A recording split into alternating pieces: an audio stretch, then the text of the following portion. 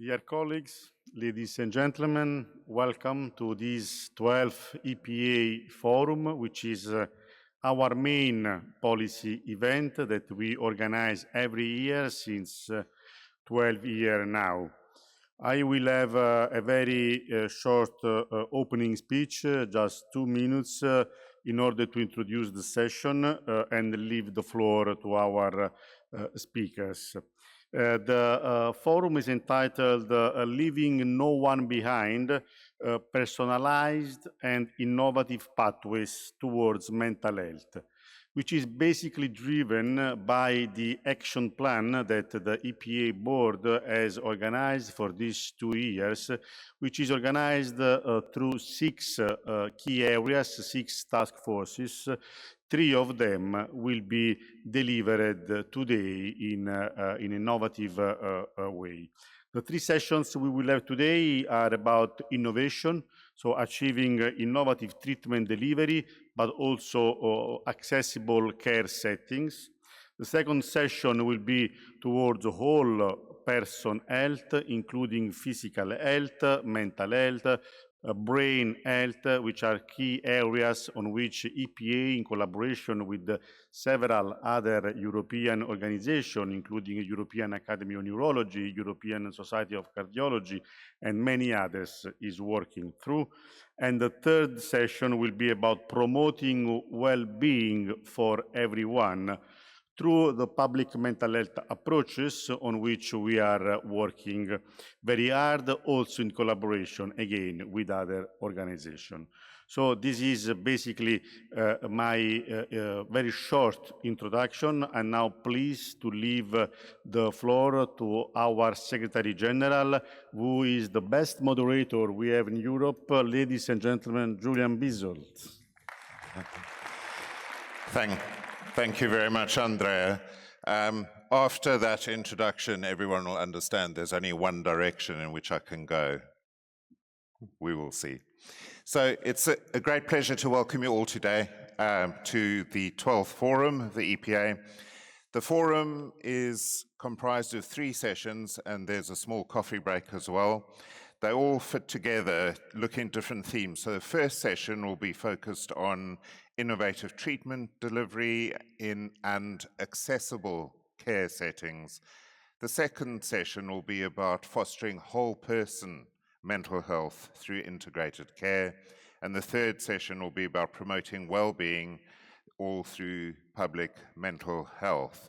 We've got a great panel of speakers for each of these sessions. I'll introduce them as we go through, and they will each start with a short presentation, and following that we'll have some discussion between the panel members.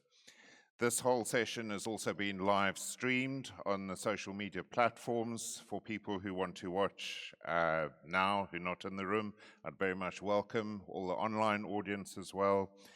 And now I'd like to move directly to the first session.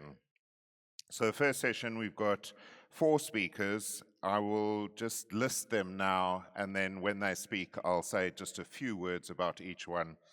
The first speaker, and we are really pleased to have him here, is the Minister of Health for Czechia, for the Czech Republic, Adam Vojtěch, who has taken time out. Now, he was saying something just before we started now, which I think really symbolizes what all of our work is about, because some of you may know that he was previously the Minister for Health, and now he's come back again. And the reason he's come back again effectively is because there's more work to do, and there's hope that things can still improve. So over to you, Minister. Thank you. Thank you very much for your very kind words. Dear President, ladies and gentlemen, welcome to Prague. I would like to express my sincere gratitude for the invitation to this important Congress intended primarily for psychiatrists as well as related professions, thereby underscoring the need for interdisciplinary cooperation. Psychiatry is a field that has undergone significant development in recent years. This progress is driven not only by experts, but also by the growing number of individuals seeking professional mental health care. This increasing demand encourages changes both in clinical procedures and in the systems that determine the conditions under which this care is provided and whether it is accessible to all.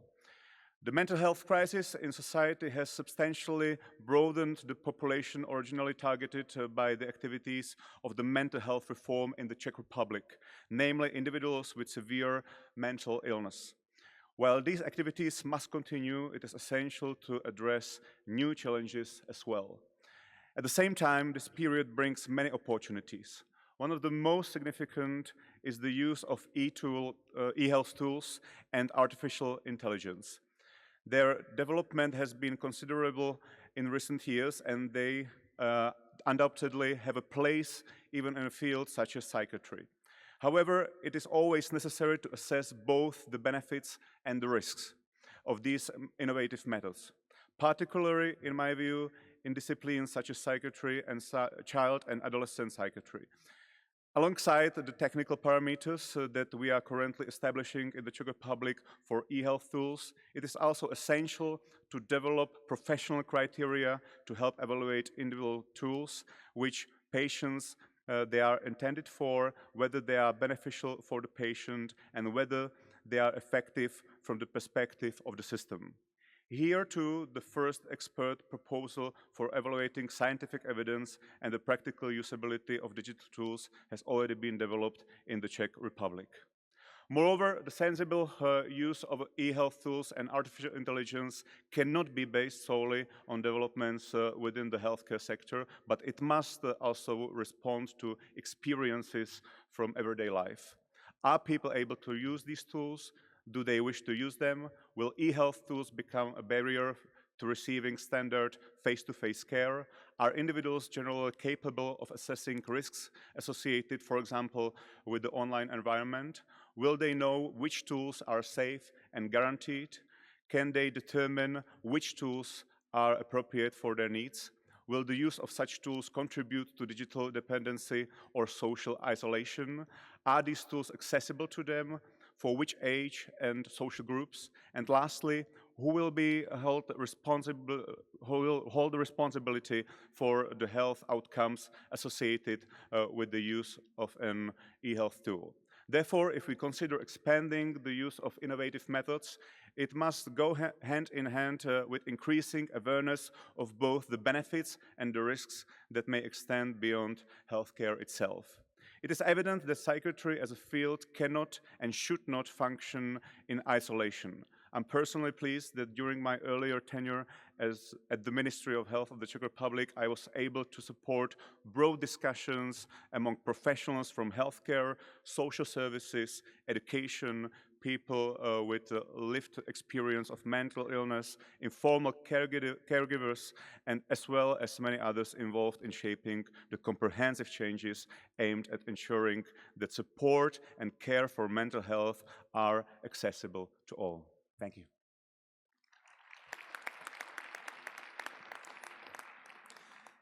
Thank you very much, Minister. The next speaker will be Dr. Legia Lazeri, who's the Regional Advisor for Mental Health for the World Health Organization. She has worked on many different things, and I'm not going to list all of them, but I think one of the key ones is helping implement the World Health Organization European Framework for Action in Mental Health 2021 to 2025. Dr. Lazeri.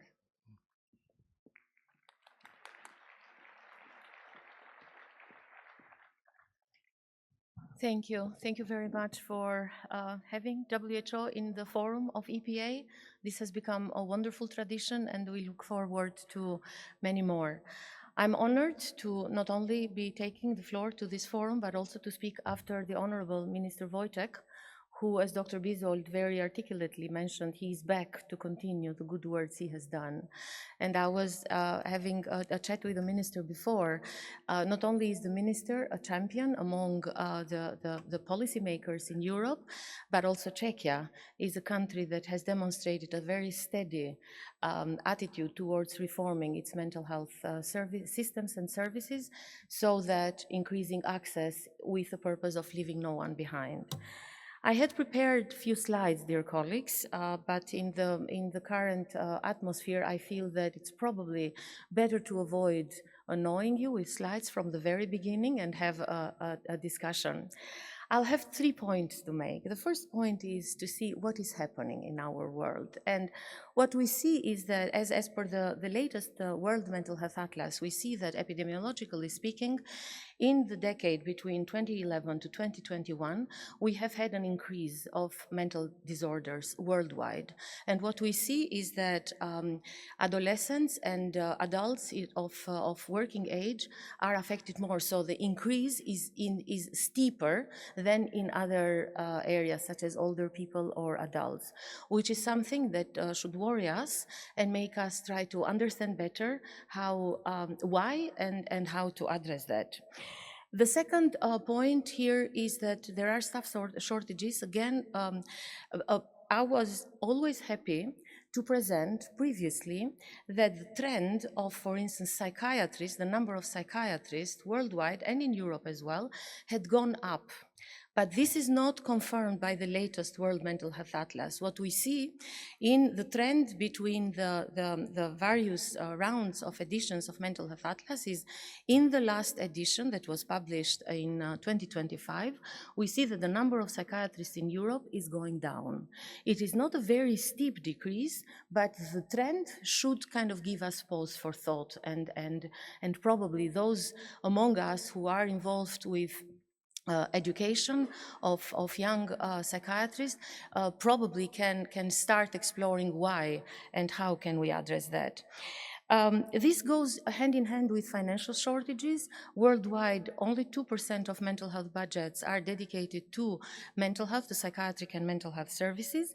And because of the homogeneous nature of psychiatric services in many countries, for instance, concentration of resources into psychiatric hospitals, what we see is that in the high-income countries, where this beautiful host country of ours belongs, we have more than 15% of people who end up in a psychiatric hospital stay there for longer than 5 years.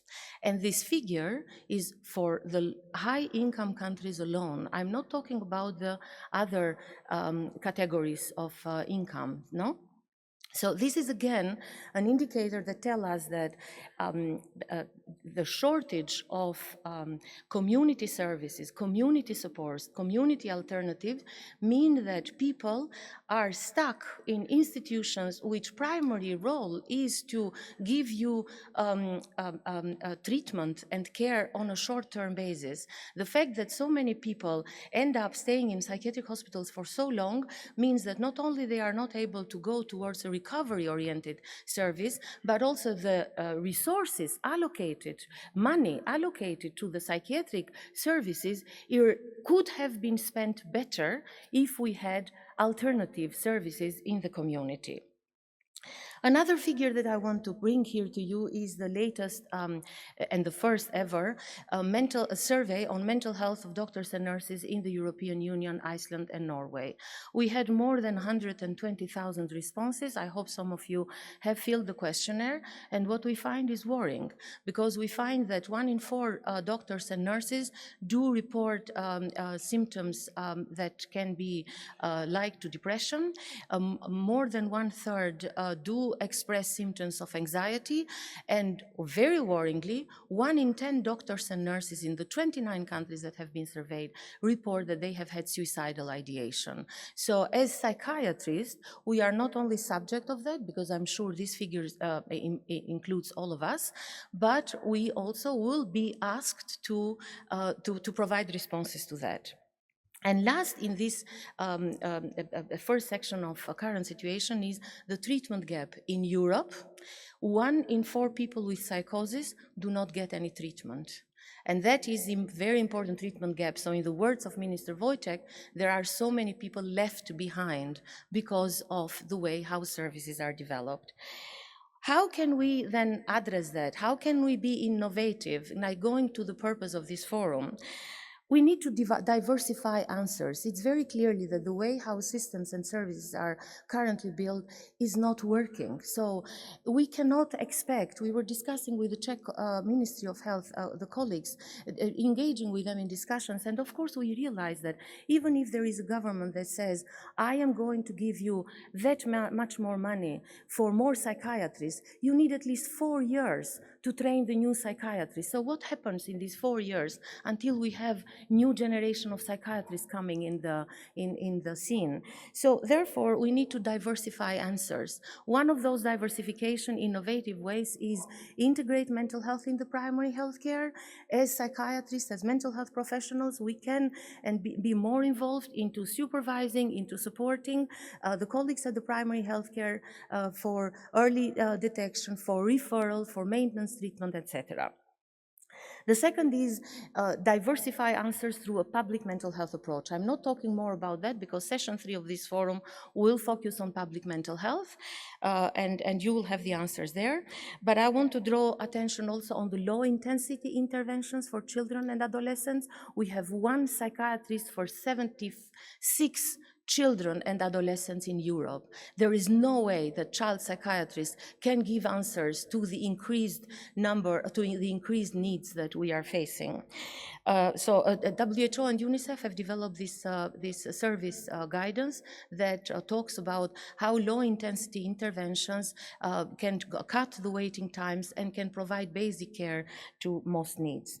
And last but not least is how can we use digital technologies? How can we use them safely, confidentially, but also effectively so that we can not only catch up with times, respond to a generation that is increasingly operating in digital spaces, but also make up for the lack of resources.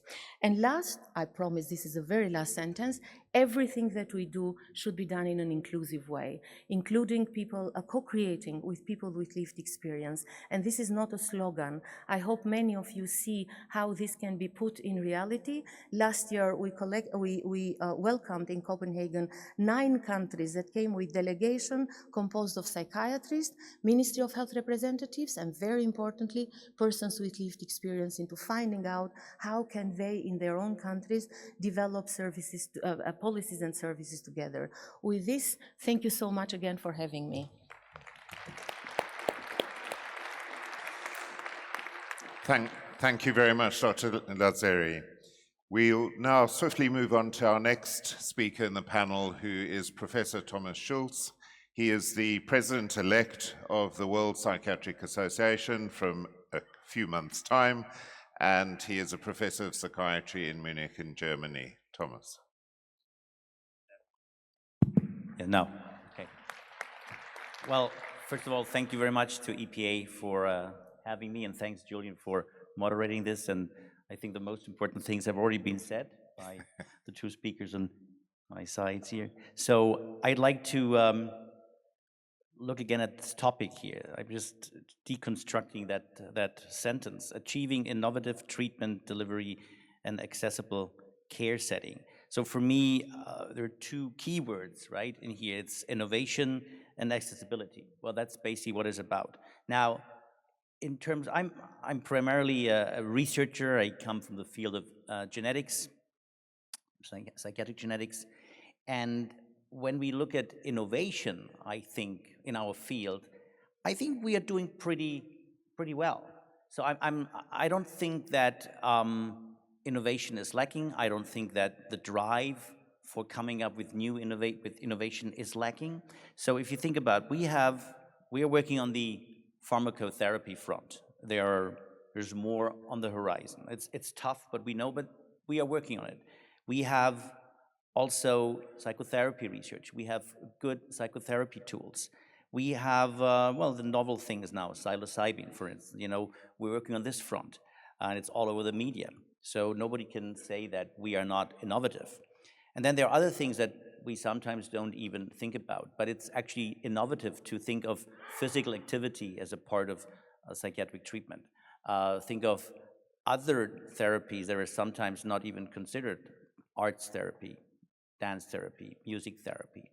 So taking together, I think we have a good toolbox of things that are highly innovative. So I think we don't have an innovation problem because we all have dedicated researchers, and the field is innovative, I would say. So the question is how to allocate that, how to integrate that innovation. But now for me, the troubling thing, or the part that really needs to, where we need to unlock things, is the access. And the question is, how do we define access? Is access just, okay, how do I get the treatment in the hospital or something like that, or how do I get access to a psychiatrist? I would like to see access as a lifelong thing, as a access trajectory, and access meaning also access to the information, access to awareness. So basically, we should start, when a life starts, the maternity ward. So when a child is born, the parents, the mother, parents, they should be informed about postpartum depression. They should know about it. It's not such something that they go home and, like, after a half a year, they realize something is what's going on. This should be, the mother should be told how to breastfeed, but the mother should also be told by default how what mental health problems, or that there could be mental health problems. Now, then you move on to kindergarten. It should be, we now live in very politicized environments. We teach a lot of things, kids, Sometimes you wonder, do we need to teach that? But we should teach kids about mental health issues. So this we could integrate, then go on to school. And then we have, of course, the access that what we typically understand when we talk about, or think of an access, how to get into a hospital, how to get treatment. Access is the traditional access. And then, as I said, the longitudinal perspective is important. So then in late life, the same, what I said for maternity wards, well, is important for homes for the elderly. There we should see old age, should look at old age psychiatry, we should integrate that. So really, access is a longitudinal process. And I really think it's kind of weird that I've been in the field for 29 years. That's when I started my residency. And we all know these frantic calls of parents, or you hear it in your among friends, oh, my son, my daughter is having this, what is this, what could this be? And I think nowadays, most people are educated. There's a defibrillator on each wall. People know you have chest pain, what you have to do. So there is an overall, I think, awareness about health. But the awareness about mental health is still something, yes, we can talk about stigma and so forth, but we shouldn't see that as an obstacle. I think if we integrate all that knowledge that we have into this everyday life, and we always call for more money, right? Of course, everyone wants more money from governments. Sometimes I think it's not about money, it's about the right allocation. Well, it's also maybe a truism, but and it's important to break these boundaries. When I say maternity ward, then kindergarten, there should be an open discourse. And this is what, at the level of the WPA, I would like to achieve over the next 3 years. Also, taking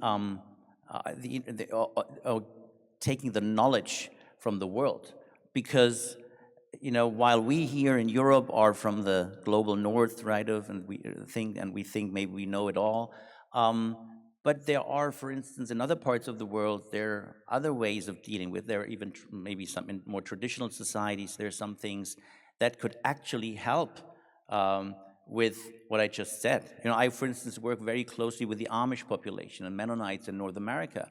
So there, the integration of people with mental illness or stigma is not a big problem. It's a normal thing. So we could learn from some traditional societies as well. And this is, I think, or not necessarily traditional, but the EPA as well. You know, you have different models in different countries. And I think the role of a society like the EPA or the WPA can actually be identifying these assets and bring them to the table, and then tell leaders and how we can achieve that. You know, getting access, smoothen the access, and make it available. So this is, of course, some of these things are, I think, totally in line with what you have said. I just wanted to emphasize this longitudinal trajectory, this perspective of what access actually means. It's not just something, a point in time, so it's like the whole range, you know, over the whole life. So that's my 2 cents. Thank you.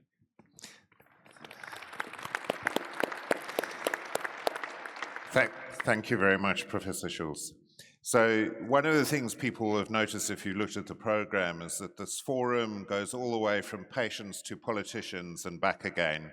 And in between, we have clinical perspectives from not just psychiatry, but from psychology, cardiology, neurology, and so on. So it's all about working together, because by working together, we can achieve a lot more. So on that note, Umberto, the next speaker is Professor Umberto Volpe, who's a professor of psychiatry in Italy. He is also here in his role as a member of the executive committee of the European Psychiatric Association, where he serves as secretary for sections. Before he gives his own presentation, Umberto has very kindly offered to deliver a message from a member of the European Parliament, Professor Ignazio Marino, who's a member of the European Parliament for Italy. Umberto, thank you. Thank you very much, Julian. It's really a pleasure to participate in EPA's annual forum, which is representing a central meeting point where science, politics, and society at large, I would say, meet to reflect about mental health care in Europe. So that's the message from Ignazio Marino. As we gather at the EPA Forum to reflect on the future of mental health, one fact is clear. Mental health is one of the most pressing, yet least visible challenges we face today. It is a true silent crisis that is quietly reshaping the lives of our younger generations. The figures are sobering. 70% of young people aged between 16 and 24 say they have felt depressed or hopeless in the last year. In Europe, suicide is now second leading cause of death among adolescents. Behind these numbers, there are stories of isolation, vulnerability, lack of support. Too many young people feel excluded, abandoned, or underrepresented. Too often, institutions are perceived as distant or unable to respond to their silent call for help. This is where our work must begin. As a surgeon, I've always known that health is not simply the absence of illness, it is a state of total well-being, both physical and mental. Therefore, addressing mental health means looking beyond the clinic. It means tackling the social and economic determinants, education, fair work, stable living condition, and seamless access to services. For this reason, in my role as a member of the European Parliament and coordinator of Committee on Public Health, I've ensured that we make this issue a priority. We need an approach grounded in scientific evidence, but also guided by empathy and equity across member states. We can no longer afford the luxury of delay. Investing in psychological support is a urgent necessity, not a choice. At the same time, we must bridge the gap between primary care and mental health services by integrating psychological support into general health care. This is essential to ensure early diagnosis and to reduce the stigma that still surrounds mental health. This is the core of a strategic initiative promoted at European level through the Committee on Public Health, aimed at building a solid foundation for future policies on youth mental health. The project is structured around 3 key operational elements. One is an in-depth survey of the current situation in 27 countries with regard to young people mental health. Second is a census of existing resources and good practices. Third is the creation of geolocated database that collects all the information, changing access to such database on transparency and efficiency criteria. The first data results will be available in the coming months before summer and will represent an important step towards more effective and targeted policies. Ultimately, promoting well-being means ensuring that quality care is a fundamental right, not a privilege. A fairer Europe is one that takes care of everyone's mental health, leaving no one behind. Enjoy your Congress in beautiful Prague, and thank you for inviting me. Let me now start, Julian, from the last words by Ignazio Marino, and I was reflecting on our forum's motto, leaving no one behind. If we really want to achieve that, it is clear that we have to face reality, and that the biggest problem we have in psychiatry is still the fact that people don't get the treatment they need. Historical WHO data tells us that 70% worldwide of people that deserve psychiatric treatments, they do not get that. This means that in least developed countries, the percentage raises up to 80, 90%, but even in most developed countries, it means that 35 to 50% don't get the treatment they need. Why? Because there are many barriers to that.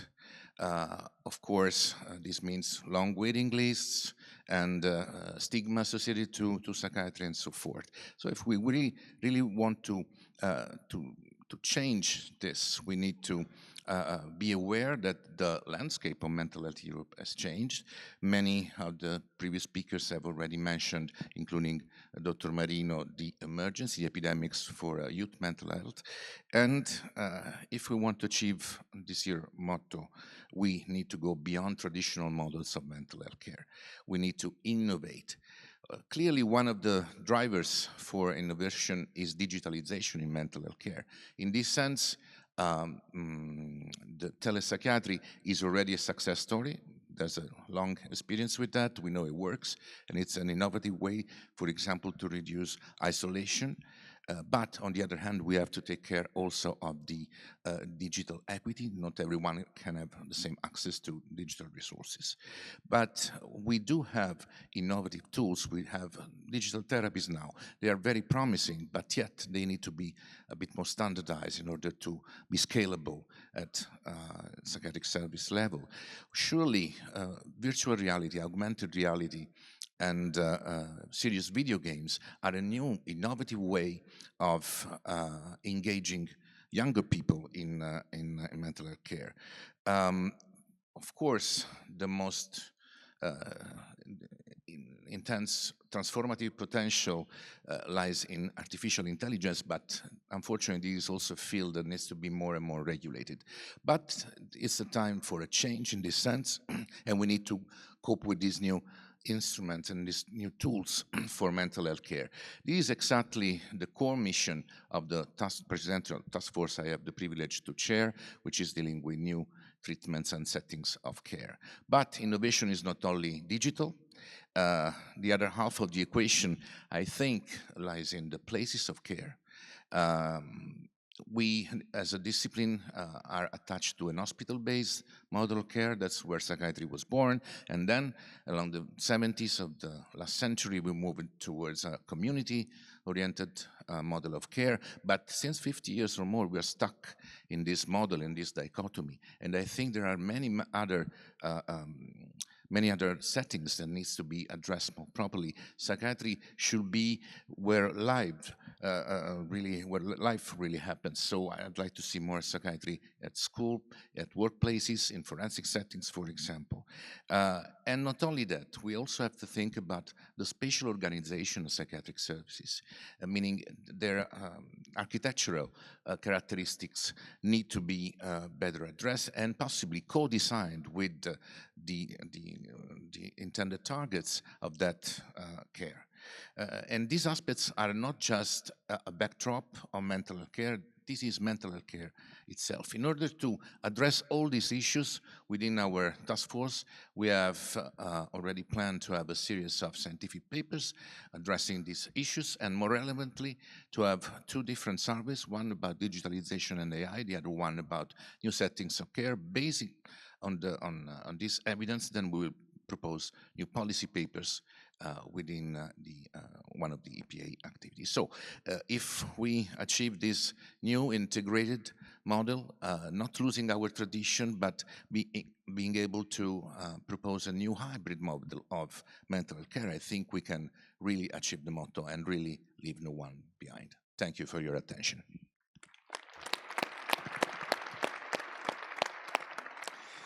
Thank you very much, Professor Volpe. So we now got a few minutes for discussion, and I wanted to ask the panel the kind of same question for each of you, because all of you have a lot of experience in trying to improve mental health services in different ways. And I want to ask, what lesson have you learned through your experience that you think is important going forward in terms of trying to change things? And maybe if you give an example of why that would be important. So I don't know if someone wants to volunteer. Thomas, you look... Yeah, I want to say something because this is really dear to my heart. I think we have heard it also from you, Umberto. We have innovative tools. They are there. Of course, we always need more. The question is really sometimes, shouldn't we pause and see what we have in innovation and really try and move to the implementation? Well, it's easier said than done. But the thing is, so being primarily a researcher, leading a research institute, you fight for grants, you want, and okay, you have done a study on proteomics, now you do lipidomics, now methylomics. So you have to innovate again and again, while you still have the results sitting there. And we know in like genetics, we use these polygenic scores, for instance. Everybody says, yeah, but we don't know really much about the clinical utility. Is it useful? And then there may be a little pilot study, right? But we know this pilot study is not powered, it's not well powered. So actually, I think at one point, we should say, okay, let's, hopefully it will be a grant, a call from the European Union or whatever, and say, we don't want you to come up with another innovation. You have produced over the past 5 years this and that, and you have told in your papers that now is the time to really see whether maybe adding those biomarkers into a treatment plan will help. I understand that this hasn't been done. So instead of chasing the next biomarker or something, why not really implement it and have studies that are more at the implementation level, and again, cross boundaries, cross age groups. So I really think sometimes we are always pushing for more innovation and the latest technology, especially in my field, omics. But I think at one point we could actually stop and say, well, pause, not stop, but pause and say, okay, now let me really try to implement that. And that's where also governments are important. When you come up with plans for grants, don't always go maybe for the latest and say, oh, can you discover something new? No. What you have, but now implement it, especially in the field, biotechnology and so forth. But then also add in the other things, as I mentioned, like music therapy and whatever. You can combine music therapy with genetics, sure.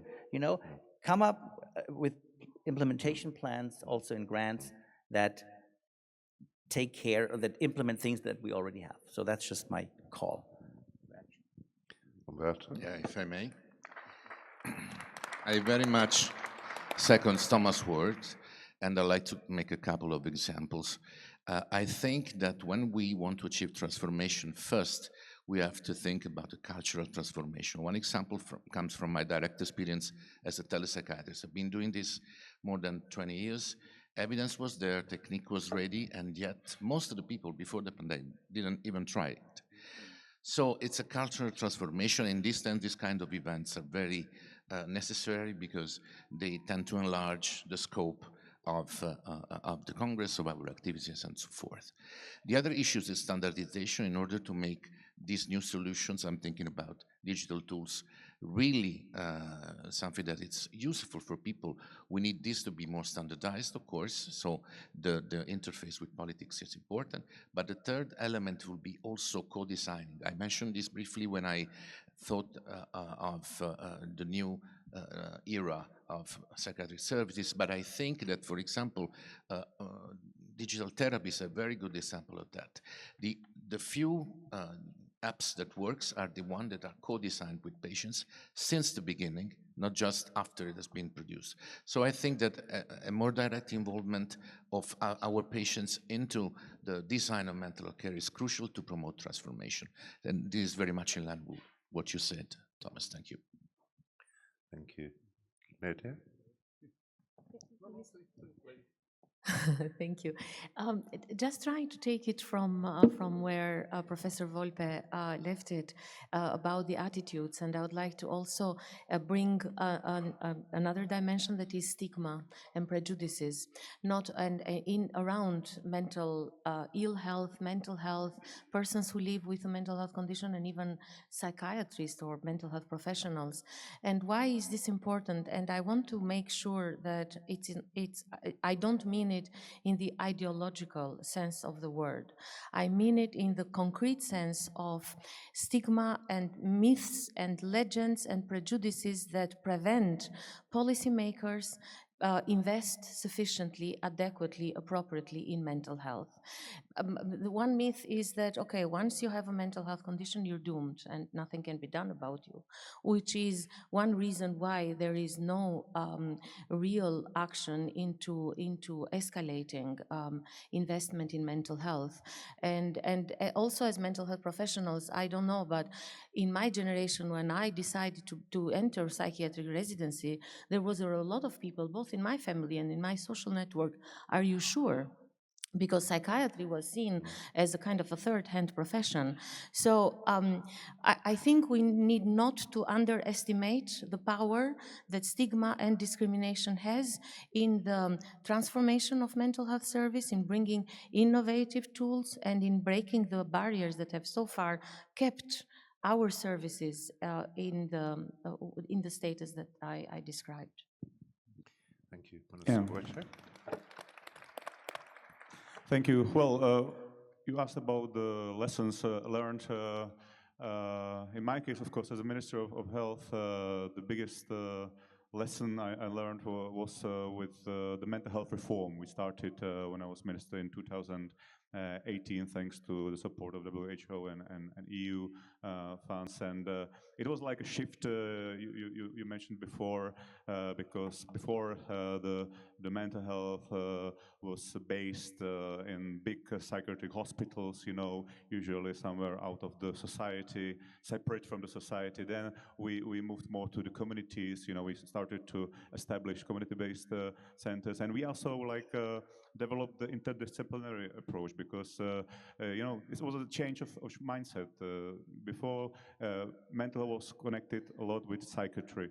You know, everyone thought that, you know, we need to strengthen the psychiatric care, have more psychiatrists and so on. But then now we see it's about other professions, it's about the collaboration with social workers, with patient organizations. Like for the first time, we really do collaborate with patient organization, with peers and so on. And this shift in mindset, you know, that it's not only about big psychiatric hospitals, about other type of services that we have started to establish. This was a big lesson we learned, and we are still learning, because the reform is continuing. It's like a process that's gonna continue in the next many years, I would say, based on the experience with other countries that implemented similar reform. So the implementation of this kind of new services and new types of services, and also now new tools like e-health tools, artificial intelligence. This is the lesson we are having currently, and it's not always easy to change this mindset, because it had been, you know, the mental health care was based on this type of, you know, big hospitals, psychiatric hospitals for decades. So if you would we want to change it. It's not always easy. There are many opponents, many people that believe that it's not going to work, it's not the way. So we are still learning, but we are pushing it forward, and it's my highest priority as a Minister of Health, and it's always been, because I see that it makes sense, and I would like to thank a lot Lydia, who is here, because WHO was very supportive from the very beginning of this mental health reform in the Czech Republic. Thank you very much. I mean,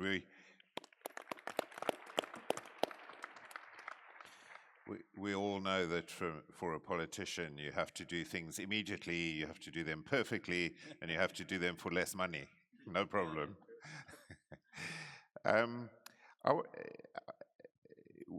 We all have hopes and ideas and suggestions for how things can change and improve.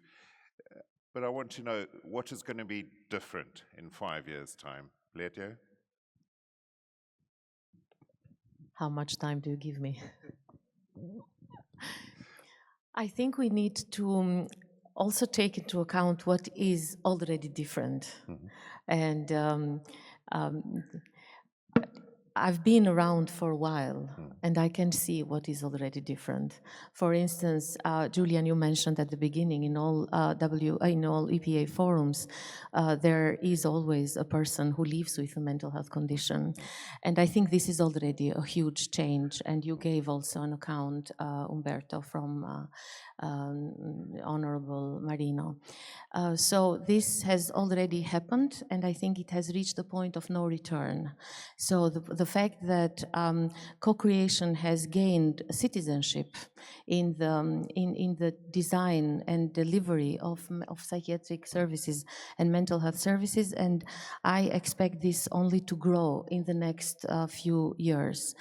The second is that there is a growing expectation from the population, from the public, that the services need to be given where they are.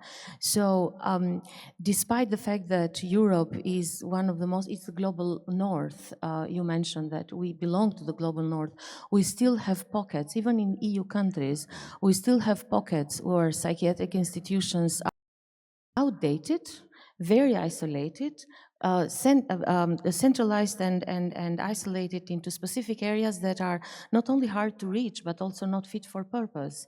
And this has to have no place in the European psychiatry in the next 5 years.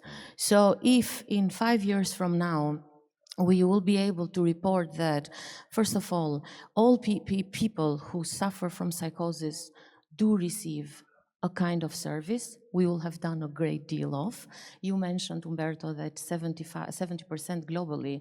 In Europe, I mentioned it's 25%, but as you said, because of the huge diversity, there might be countries which 50% of them are not seen. So if we can narrow the treatment gap, I'm not naive to believe close the treatment gap in 5 years, but narrow the treatment gap, co-creation at the heart of the policies, and then a final end, a no-return end of mental asylums in Europe. I think this is in the next 5 years. Thank you. Thomas? Thank you. Yeah, I think now speaking in my capacity as WPA President-elect, I think we, in the next 5 years, what we can do, we can go around and see what models work in the world. And there are models that do work.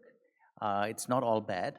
And yesterday I had a long discussion with I'm also American psychiatrist, so with my president, Mark Rappaport, president-elect of the American Psychiatric Association. He was very instrumental in setting up a new health center in Salt Lake City, in Utah. And he has worked a lot on monetization, on looking at how much money can you actually save? So America, being a high-cost country for healthcare, so also mental health care, of course.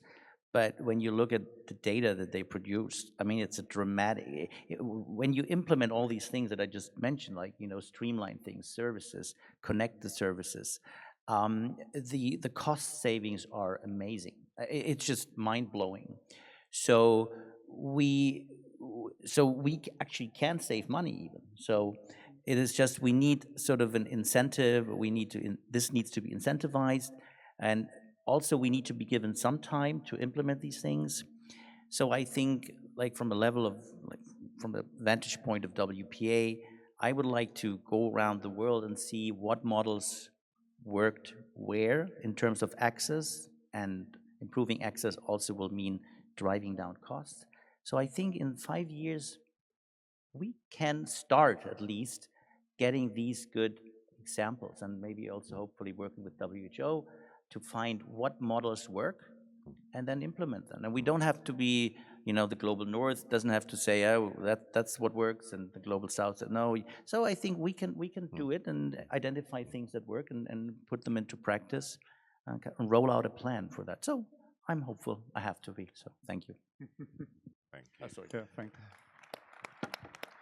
Well, in 5 years, I hope the mental health care will be more accessible. There will be more of these like community-based centers. The network will be much more like dense and more accessible. As Lydia mentioned, not so much isolated somewhere, in the middle of nowhere, which is sometimes the case still.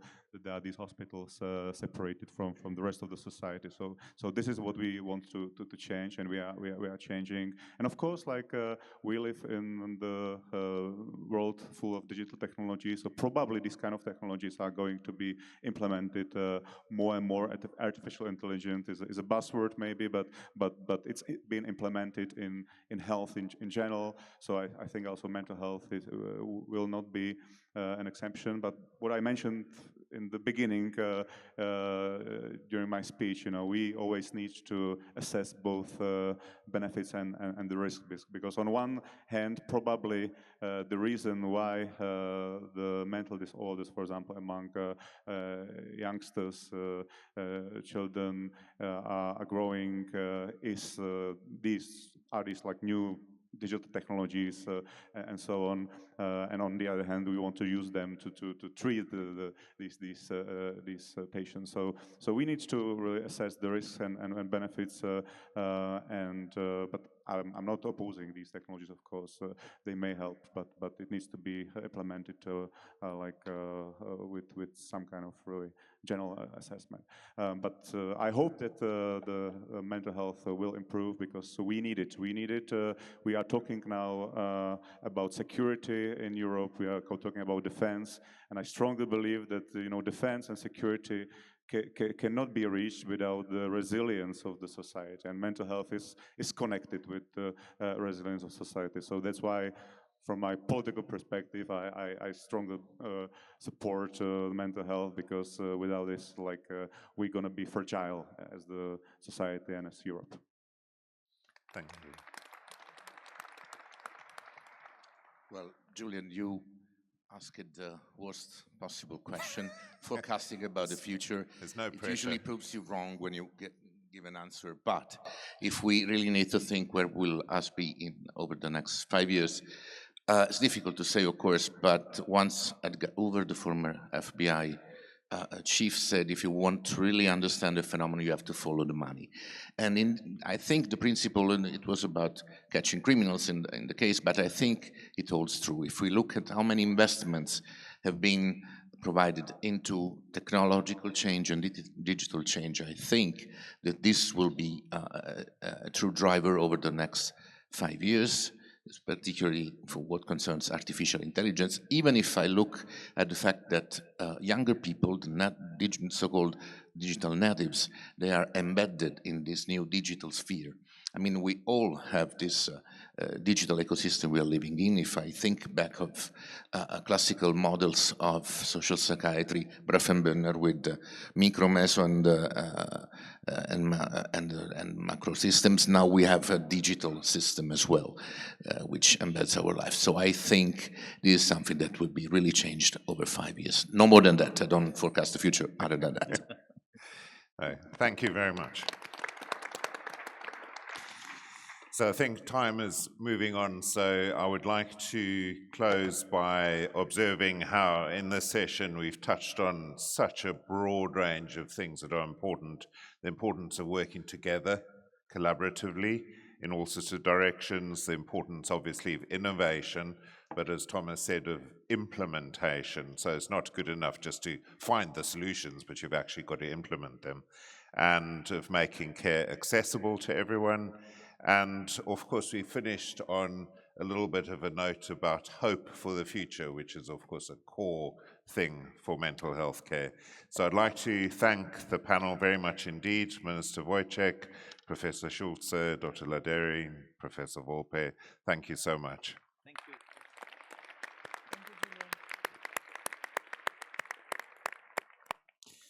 So we'll now swap speakers for the second panel. So if you make your way off the stage. And then the speakers for the second panel, I think, are already up, which is excellent. So we now move on to the second session for the morning, and following this session, we will have a short coffee break, which I'll tell you about after the session ends. The second session is about fostering whole person mental health through integrated care. So that sounds like a suitably complicated topic that our speakers will make very simple for us. So we've got a great range of speakers, and I will introduce them as they come up to, or maybe from their seats, give their short presentation, similar format to the first session. We're going to open, though, with a short video statement from a member of the European Parliament, Eleonora Meletti, which we will now play. Good evening to our distinguished guests and esteemed organizers. It is a great honor to join you today to speak about a topic that concerns every one of us, mental health.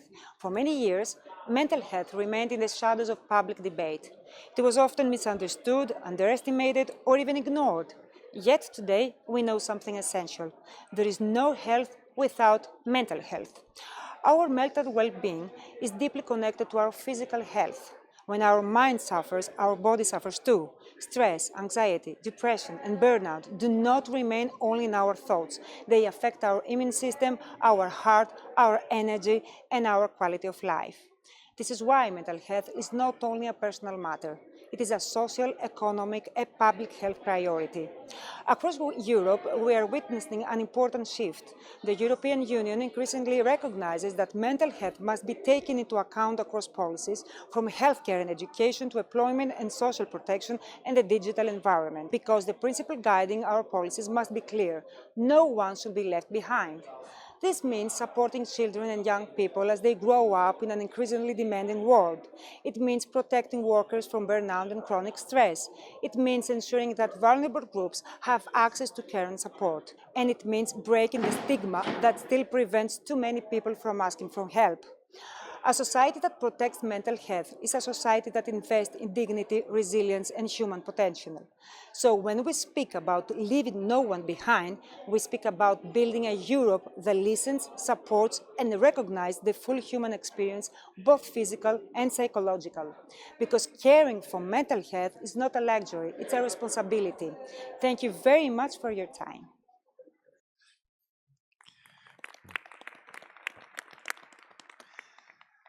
Thank you very much. So we will now move on to our first speaker, who's Professor Davy van Comfort, who's an Associate Professor of Psychiatry in Leuven, Belgium. He is also, importantly, a member of the EPA Task Force on Whole Person Health, which is very much to do with the topic today. Professor van Comfort.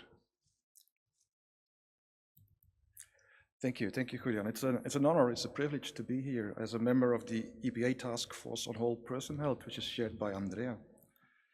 I want to start this short statement with a scandal that didn't end. 15 years ago, the 15 to 20 premature mortality gap in people with severe mental illness was called one of the greatest scandals in modern medicine.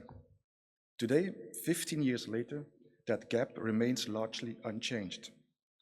The scandal is we don't have a knowledge gap. We know it. As said before, we have an implementation gap. And the persistence of this iniquity is not because we don't know what to do, but because we are still working in silos across psychiatry, cardiology, neurology, and public health. and patients are still dying in between these disciplines. So why does the gap persist and what needs to change? We understand the causes and we have the interventions. However, we also have a system problem. There is still fragmented care between mental and physical health. There are still siloed disciplines and responsibilities, and there is no owned ownership, no shared ownership of the premature mortality. And this is exactly what the EPA Task Force on Whole Person Health is trying to address. We advocate for a shift toward cross-disciplinary collaboration and shared accountability for the outcomes. But the task force is not enough. If we are serious about closing the mortality gap, this must become a shared mandate across psychiatry, cardiology, neurology, and public health. Now here we visualize the problems that we do see in whole person health from a perspective of lifestyle psychiatry. And you can see we visualize it as an onion model, because there are different layers that we can address at the individual level, the interpersonal level, the community level, as discussed before, but also the policy level. And I think at the policy level, the most important barrier is the fragmented healthcare, the siloed disciplines. On the right side, we think we have some solutions we can address maybe later on, but one of them is to close the implementation gap. It's not about knowledge, we know it, it's about closing the implementation gap. So I want to close my statement with whole person care requires whole system responsibility. Thank you.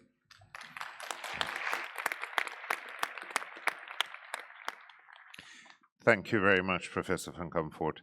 Our next panel member who will speak is Professor Elena Moro, who's a professor of neurology, and she works in a department of psychiatry, neurology, and neurological rehabilitation in Grenoble in France, and has had a long-standing interest in working collaboratively, I think, with mental health.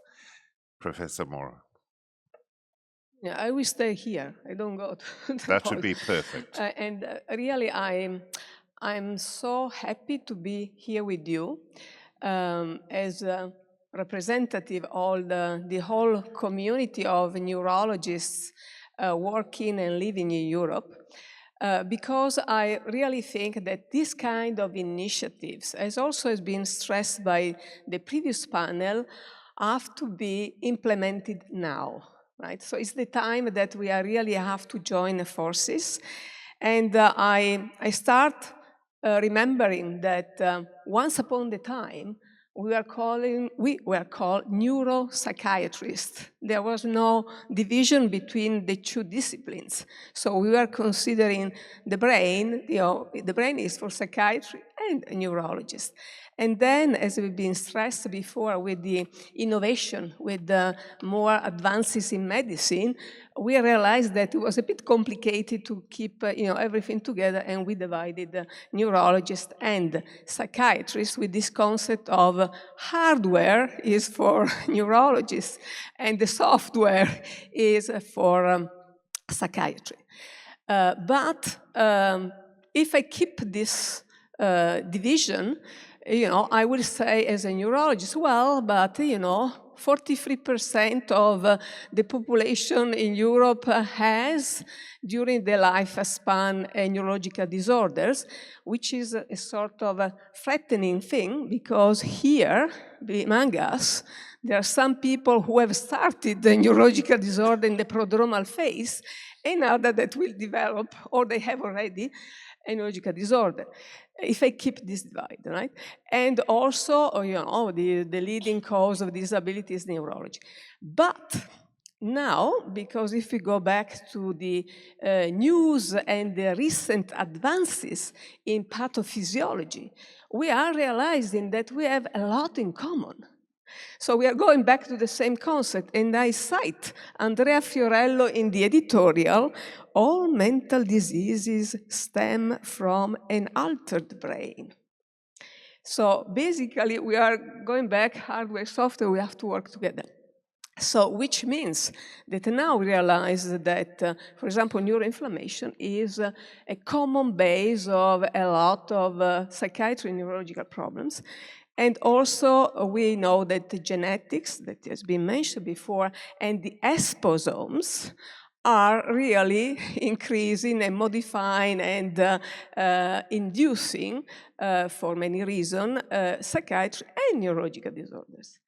And the other, I think, alarming thing for a neurologist is that it's a good thing. It's not alarming, but I think it's a good thing that we realize that when we see patients in our clinic or we deal with patients in our clinic, we are not talking only about, how is your weakness, how is your, your strength or your balance, but we are asking, how is your mood? How are you doing with your family? So are you sleeping? Are you, socializing? Are you getting out? So we are really going back to this concept that is a holistic concept. So we cannot really keep this divide because it doesn't work. So we are not dealing with a disorder, multiple sclerosis, Parkinson, Alzheimer. We are living with people living with the neurological disorder. So this is why I think this discussion that we have brings us that we have to really to work together to be successful in steering the money. The money is the same, basically, maybe it was going down. But we have to use our intelligence and our vision for the future to invest this money in the right spot. So, and then I will go back. I don't want to monopolize. Thank you. Thank you very much, Professor Moro.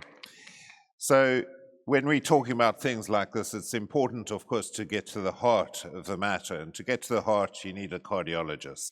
So our next speaker is Professor Hector Bueno, who's a professor of cardiology in Spain. I should really point out with all the speakers, I'm trying to give a really brief introduction because there's a lot more. All of them have many, many accomplishments, but I'm not allowed to talk about them because we want to hear from the speakers. So, Professor Bueno. Well, thank you very much. First of all, and on behalf of the European Society of Cardiology, I want to show our deep appreciation for the invitation, but also for our collaboration in the 3 past years. Maybe you may or may not know that for the first time in its history, the European Society of Cardiology released 6 months ago a clinical statement, a consensus statement on mental health and cardiovascular disease. That actually was in collaboration with the EPA, and Martina Reinic, who should be somewhere around there, actually was the representative. Thank you, Martina, for all your work. So I'm going to share a few facts to shake the landscape, and you will see that align perfectly what we've been hearing so far about innovation, collaboration, not working in silos, and many other aspects are important. So you know that mental health, that there's 4% of the population has depression, many more with anxiety and so on. What we know now is that actually cardiovascular risk, the risk of having myocardial infarction, heart failure, mortality is actually similar to being a smoker, diabetic, or have high cholesterol. That is the reality in the population. I'm talking about individuals, no patients. But on the other hand, patients who have a cardiovascular event, acute myocardial infarction, or cardiovascular diagnosis actually multiply the risk of having depression, anxiety, and so on. And that actually is associated with worse prognosis. We know that. That's an evidence. So now, in that document, the European Society of Cardiology has recommended that mental health assessment should become routine practice in cardiovascular. That actually doesn't happen. We've been cardiologists, so biologists. In a way, it's a penalty of being so successful in saving lives, fixing coronary arteries, implanting valves through catheters, and things like that, that actually we forgot that surrounding the coronary arteries, surrounding the heart, there's a person. And that just fixing the heart is not good enough. And that's very important. And also treating mental disorders, treating of preventing depression, actually, we know that improves care, improves quality of life, of course, improves treatment adherence, and improves prognosis. So we need you. We're not experts, and I do not trust that my younger colleagues actually will get into mental health care. So we need psychiatrists, we need psychologists, and actually in that document, we have recommended to create psychocardio teams, working together between cardiovascular professionals, doctors, nurses, psychologists, psychiatrists, social workers, GPs, and so it's very much needed.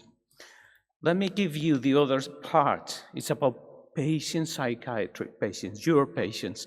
I think it's been mentioned, the scandal that these patients still live at least 10 years less than the rest of the population.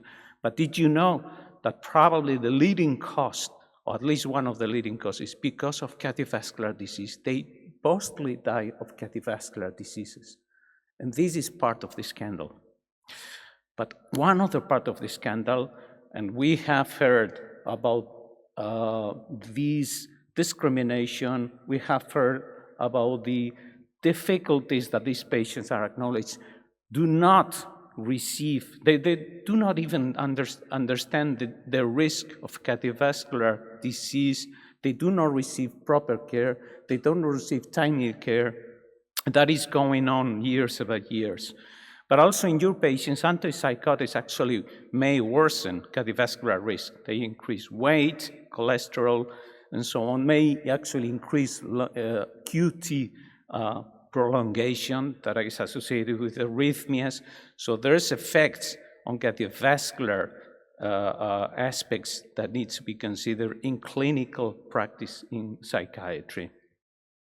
So the fact is the other way around. In psychiatry, cardiovascular risk assessment should be a standard practice, and the artificial separation between mental care or psychiatric and physical care should be demolished. So we think from your side an integrated psychocardiovascular care is needed to improve outcomes and reduce inequities.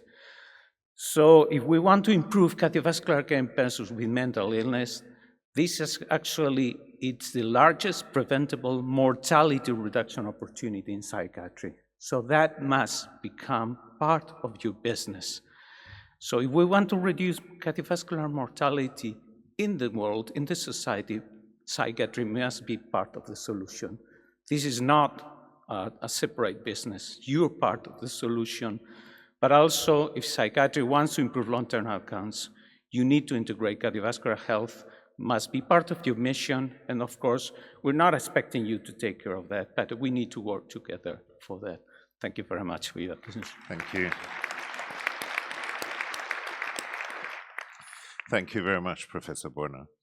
Our next speaker will be Frederick Desterbek, who is the Executive Director of the European Brain Council.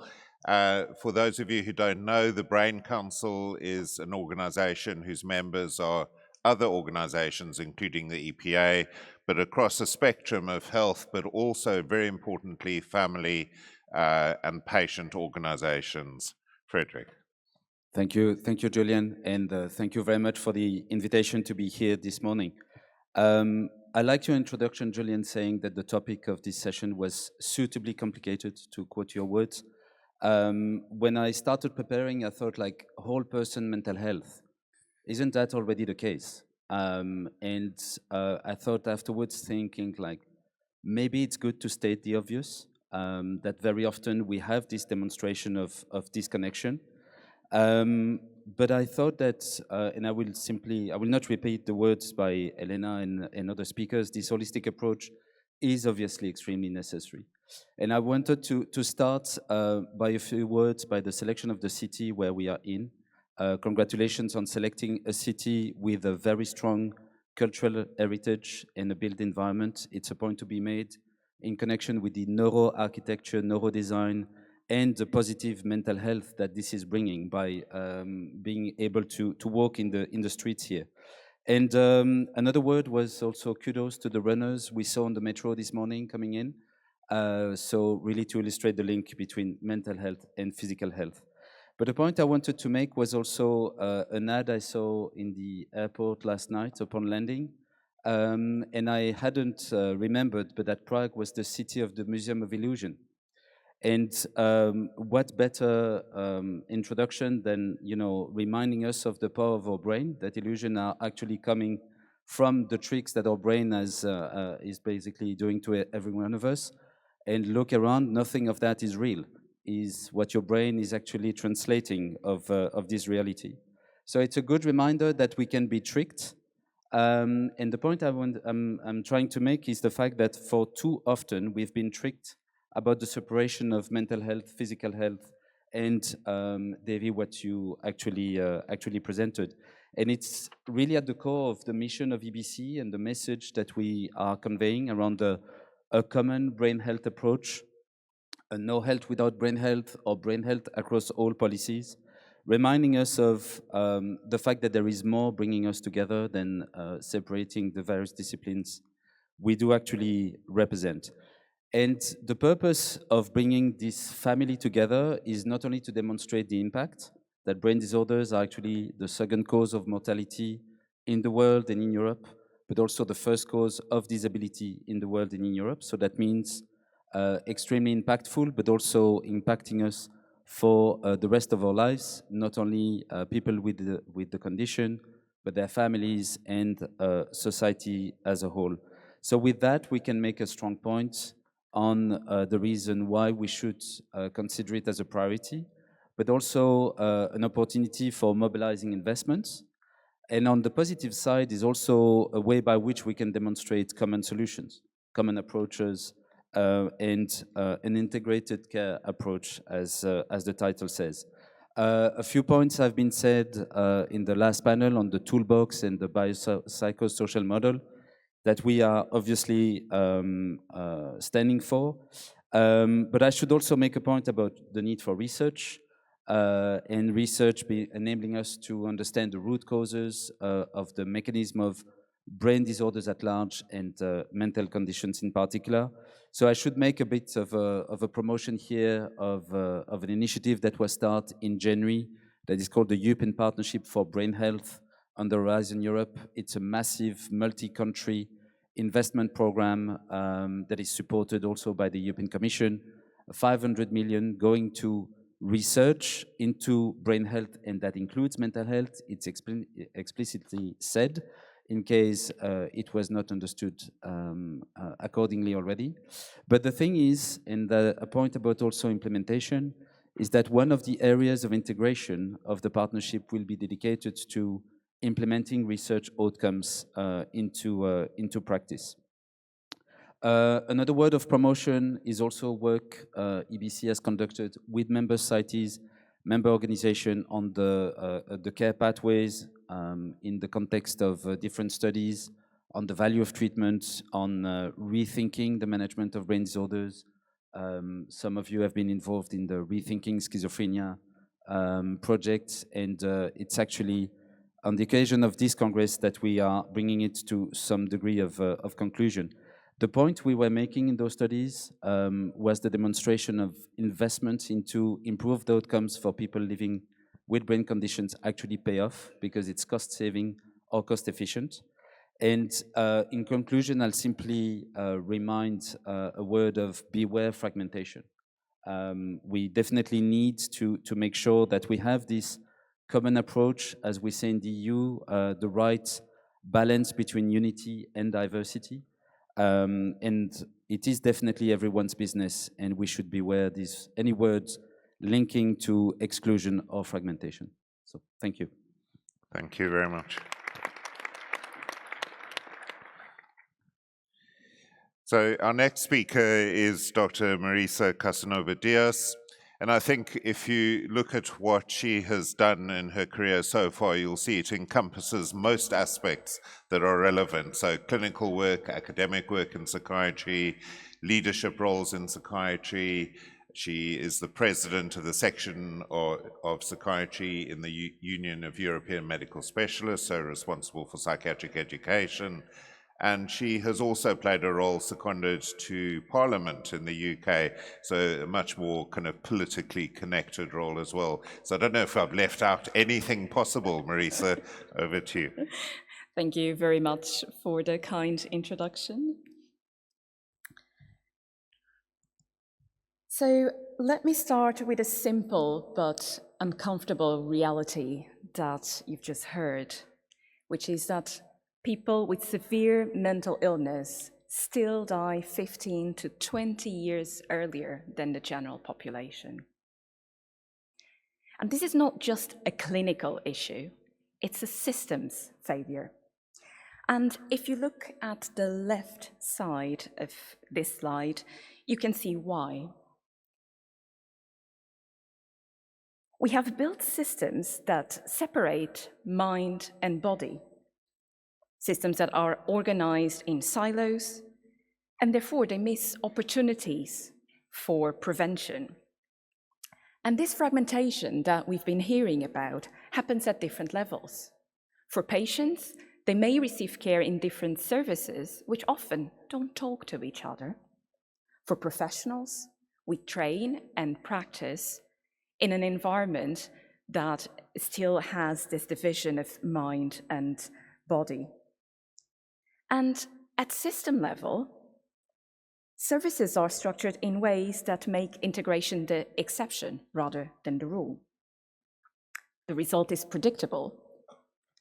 People fall through the gaps, and those gaps cost lives. What we need is not another program or another initiative. We need a shift in how care is designed. At the center of this slide, you will see how an integrated whole person approach, what it means in practice. Joint pathways where mental and physical health is assessed and treated together, cross-trained workforce, and a stronger focus on prevention and early intervention, especially around key moments across the lifespan, and we've just heard that in the previous panel.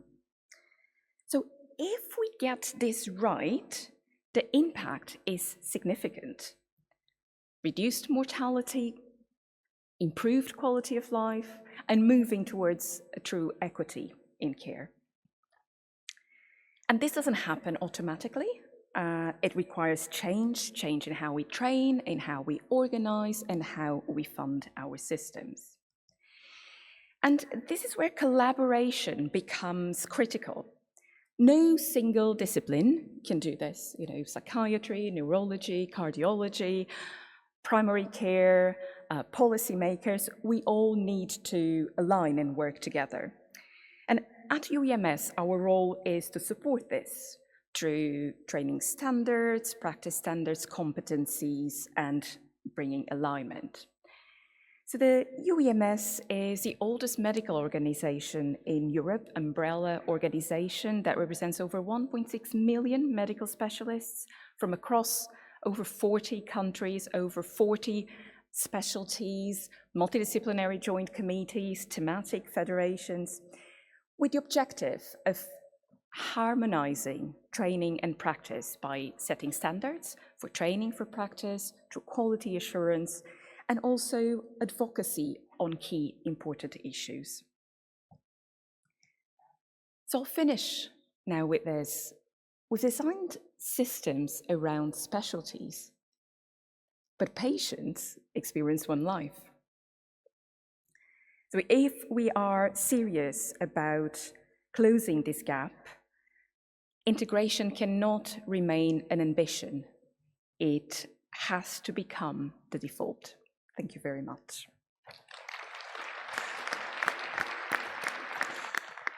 Thank you very much, Dr. Konradsson-Geuken. So you have heard a wide range of perspectives that all touch on the same issue. I was really struck by the point that Professor Bueno made about the opportunity presented by heart disease mortality in people with serious mental illness. I mean, we know that in the UK, for instance, deaths from ischemic heart disease, the mortality rate is reduced by 80% in the last 20 years. But you cannot say the same about suicide, unfortunately. That's stubbornly intractable. Yet we almost are ignoring the elephant in the room, all the people who are dying 50, 20 years earlier because of things like ischemic heart disease. So I was really struck by that. So what I wanted to ask the panel members is, from your different perspectives, what would each of you like to see change, and what can we, people in the audience here, do to be part of that change? So I'm going to, I don't know who I should start with. Should I start with you? Well, thank you. Just let me clarify one thing. So cardiovascular mortality has reduced massively, particularly in European countries, but only for patients without severe mental illness. Actually, the gap has increased because that reduction has not been seen in patients. And that is one other piece of the scandal that it was mentioned. And that is why I'm saying that cardiovascular risk needs to be part of the psychiatric business.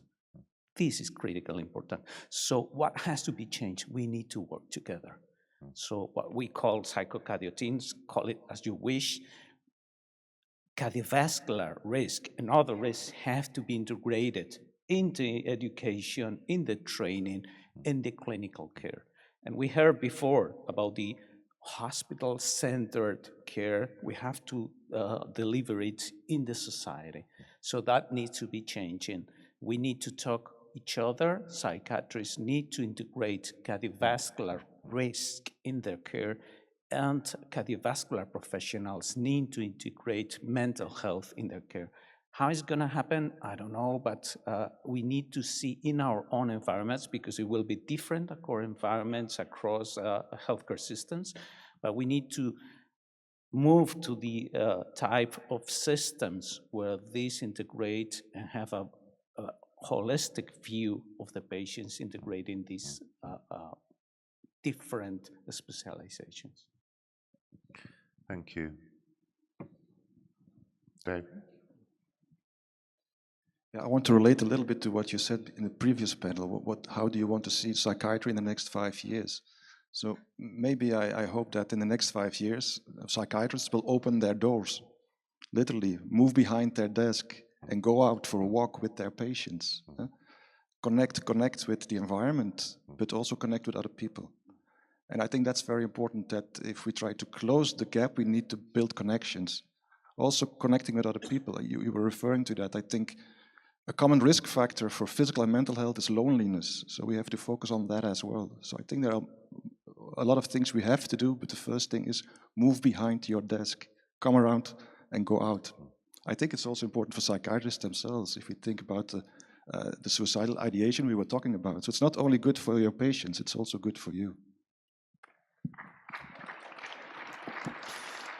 This point of looking after ourselves so that we are able to look after other people, clearly also really important. Helena?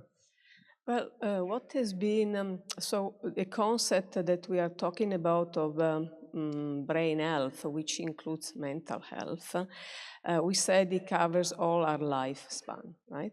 So maybe for financial reason, for lack of healthcare professional, which has been mentioned before, we might start focus a little more on prevention together, that you mentioned also.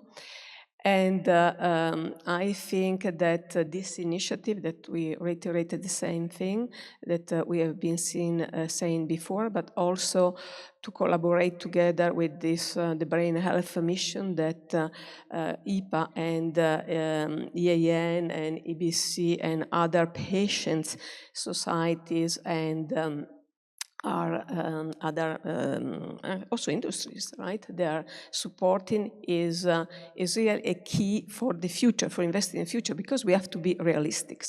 But I think that we have not been mentioned too much because I think it's in another session, that that people living with mental and neurological disorder have to also be put in the loop.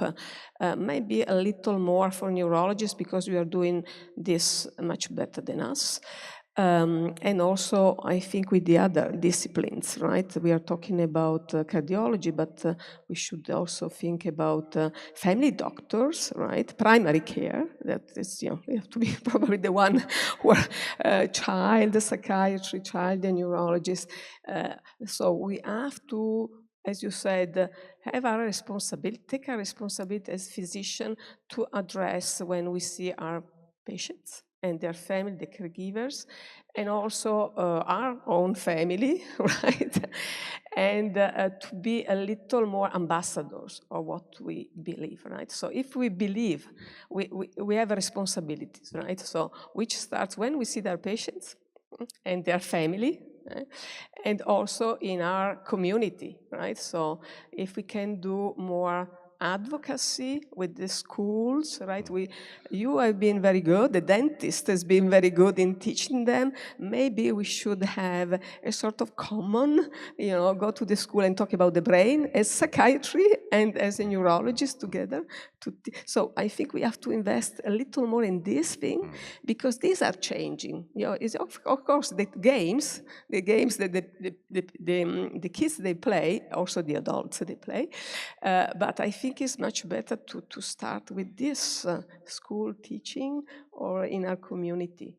So that is easy to do, I think, practically, and starting from little things, bottom up, sometimes is maybe more useful. Thank you. Frederick? It's not an easy question, but I'll probably share an anecdote of conversations we have sometimes with MEPs and other civil servants in Brussels, in EU institutions.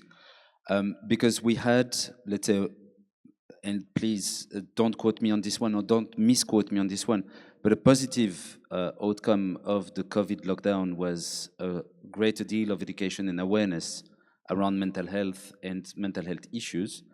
But the feedback we now are having is that there is probably an information overload in the general public. And so that means also probably over-identifying issues that we would not necessarily do in the past. And some MEPs are coming back to us to say, okay, but there is mental health all over the place. It's now 25 years that we have plans, green papers, white papers, whatever actions. But we don't realize what we have achieved, and we keep prioritizing it because we see it's still a challenge, but probably we haven't really identified and captured what we meant by addressing mental health and mental health issues. And what we are seeing in an organization like EBC is that very often we try, or we see policy plans capturing mental health as a priority, but not addressing severe mental health problems. And that's where we definitely have a gap and we have a role to play. And so if I would like to see a change, this is really focusing rather on those blind spots in the policy action. Thank you. Marisa? Thank you very much. It's hard not to agree with many of the points that you've said, so you're probably looking at me nodding, yes. But if I did have to choose one, and just one, it would be how we train our workforce. Because at the moment, we train professionals in silos, physical health one side, mental health on the other, and then we expect integration to happen. Well, it doesn't. So instead, if we train professionals from the outset in a whole person approach to routinely assess mental and physical health, working across disciplines and sharing that responsibility of the care, then integration will become the default. Systems tend to follow how people are trained. So through UEMS, we have a real opportunity to embed this in what we call the European training standards that we have for each specialty. And that's where I believe that we can have the fastest and more sustainable change happening. And also integration is not just about structures, it's about mindset. And mindset starts early, starts with training. So if we train differently, then we practice differently. If we practice differently, then systems will follow. So I'm going to ask Professor Bueno and then Professor van Kampen. Yeah, well, I think the first discussion, it was very interesting, and many issues arise. I think there was one particular aspect that was with this co-creation. So let's be realistic. The system is not person-centered. We always say it, but it's not. If we listen to the patients, actually 70% of the population think that actually mental health and physical health as important. But the system does not provide that care to really support that. So we really need to speak more and co-create more with citizens, with patients, to really do that change. I think we're still very paternalistic. We're talking about how we are going to do the best for the patients, but we're still ignoring, we don't listen to the patient. We need to create these changes with the patients, with the citizens, actually filling it what they request, which is very different. I mean, in the document, we have clinical cases and we have the patient experiences. And when you read it, we're so proud of how good we treat cardiovascular health. And then you read what they think. They're worried about what's going to happen with their family, with their job, with the economy, with their sexual activity, and so on. Nothing to do what we think is important, because we just don't listen to them. So I think we need really to change the philosophy of the whole system, mostly centered on patients and citizens' needs, and we need to listen to them and co-create.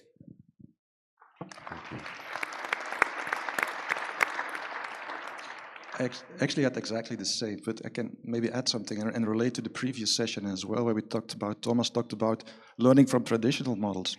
And I work quite a lot in Uganda as well, and there you have the concept of Obumu, and some might know it from Ubuntu. I am because we are. And it has all to do with identity. Who am I? And I think we focus too much on trying to reduce the symptoms, but we have to look more at the person. Who am I? What is my identity? What is my meaning in life? What is important to me? And how, as a health professional, can I contribute to that? I think that's an important aspect as well. And then co-creation is very important. Yeah. Thank you. Thank you. Lots of speakers have touched on this issue of fragmentation versus doing things together, doing things more holistically and so on. Now, I wanted to ask the speakers if any of you have an example of something that you've encountered where things have moved from fragmentation towards a more collaborative approach, if you have a sort of real-life example that you might be happy to share. It doesn't have to be exclusively mental health, but the reason I'm asking is because the question is always, we have these aspirations, but how do you do it? And examples can be quite useful. Any volunteers? I'm an example. I go back to prevention, right? So, because if we share in some diseases, mental, we said disease, neurological disease, and also cardiovascular diseases, the same common pathogenesis, we can focus on this prevention suggestion that we know very well. Physicians are the first not practicing, probably sometimes, which are in common, which means sleep, healthy diet, exercise, socialization, which in part has been fostered by cardiology. You have been the first one talking, right? Exercise, controlling the body weight, and moving. And then we will add sleep, social interaction, which they don't cost too much, right? So they're easy to implement, right? And they can save, I would say, millions or reduce the comorbidities and the disability, because I think that we have to be practical and we can do it, right? These are things that we can easily do. Then if you go the scientific part, it's becoming very interesting that some drugs, they can solve a lot of problems, like the GLP-1 receptor agonists that are so involved in preventing cardiovascular, in preventing Alzheimer, in preventing other neurodegenerative disease. So that's to say that there's something that we can easily implement because we can easily do, and research also is helping us in some other intervention, pharmacological intervention or surgical neuromodulation intervention that can be also complementary. Thank you. Marisa? So you asked about example, and I'm a perinatal psychiatrist, therefore I can give this as an example. In the UK, for the last, I'd say around 10 years, we've made the case, and you've mentioned research, you mentioned data, and by showing that untreated perinatal mental illness in the UK costs around 8.1 billion per each 1-year cohort of birth, so this is not just the adult, the mother, it's for the whole family, we were able to advocate that it would be worth investing. So what has happened was a change in how we practice, and we integrate different disciplines. For instance, I do a joint clinic with an obstetrician where we take care of both the physical and the mental health together. By the way, I do hate this divide of calling it physical and mental, but I'll use it for the time being as it's what's being used. So by doing this work together, by having midwives coming to our team meetings, by doing training to the other professionals, I think this is really important. And I'm sorry, I'm banging on training again. And now it's not just about other medical specialties, but other members of the clinical setting. So by training our colleagues in different disciplines in this area, I think we have really moved. It's still not perfect, but I wanted to give this as an example. Thank you.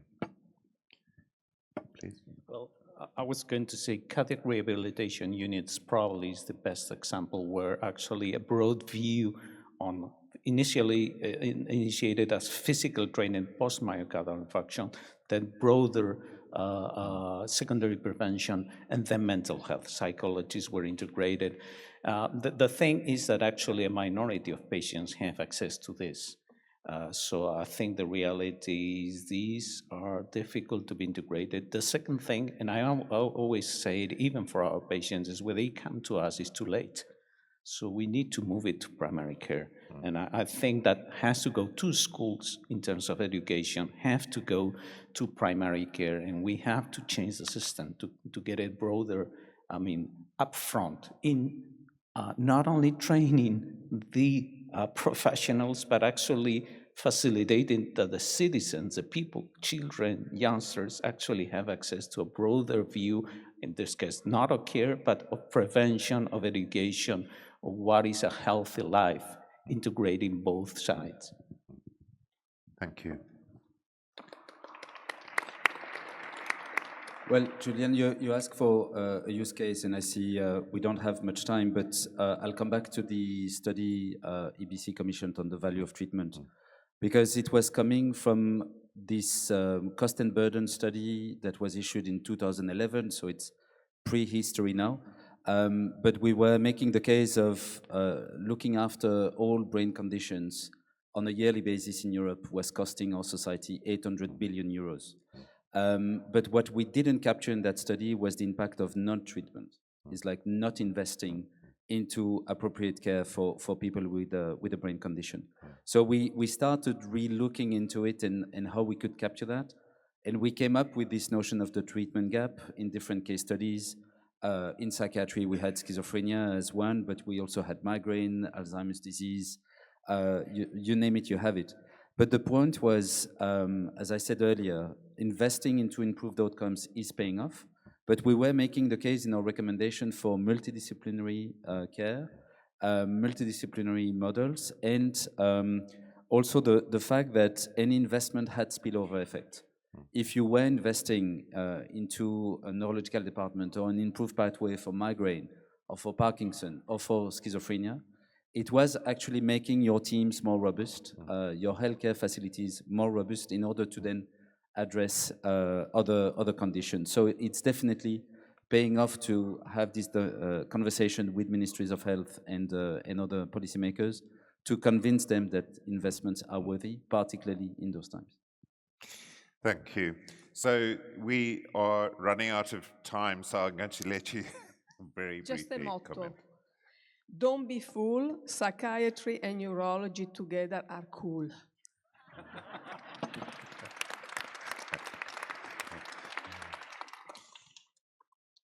That's a fantastic closing for the session. So I would like to thank all 5 speakers on the panel, Professor Bueno, Dr. Casanova-Diaz, Frederick Desterbeck, Professor Morrow, and Professor van Comfort.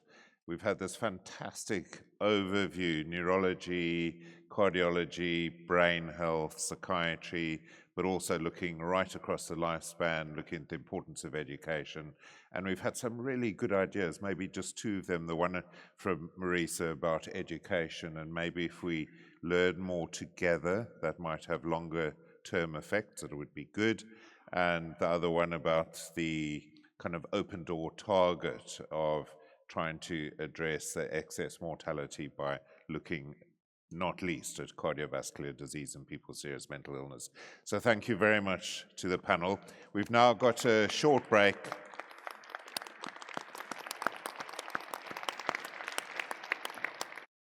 We've now got a short coffee break, and what I would ask is that people try to make their way back into the hall by 11.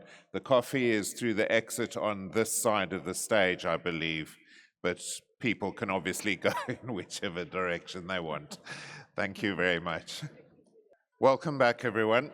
We are now going to start the 3rd session, the final session of this 12th European Forum, and we will start, as we have with others, with a message from a politician, in this case, member of the European Parliament from Germany, Lukas Sieper, and we will then have a panel discussion with some great panelists, and I'll introduce them in more detail as we go along. So we'll start off with the video message. Dear distinguished speakers, ladies and gentlemen, thank you very much for the kind invitation to address the 12th EPA Forum. I am Lukas Sieper, member of the European Parliament from Germany for the Party of Progress. I am also member of the Mental Health Intergroup of the European Parliament. Let me start by saying how much I regret to not being able to join you in Prague in person today. This forum brings together exactly the kind of voices we need from patients, families, psychologists, and policymakers to move mental health forward in Europe. When I was first elected to the European Parliament, I have to admit, everything felt incredibly exciting. The responsibility, the opportunities, the fast pace. It felt like being at the center of change. But what I did not fully anticipate was just how mentally demanding this work can be. Politics is often associated with power and visibility. But behind the scenes, it also means constant pressure, long hours, difficult decisions, and the emotional weight of representing millions of people. And I've had to learn, and I'm still learning, that taking care of my own mental health is not a luxury, but a necessity. This is something many young people experience as well. High expectations, uncertainty, and the feeling that you always need to keep going. That is why conversations like the ones you are having today are so important.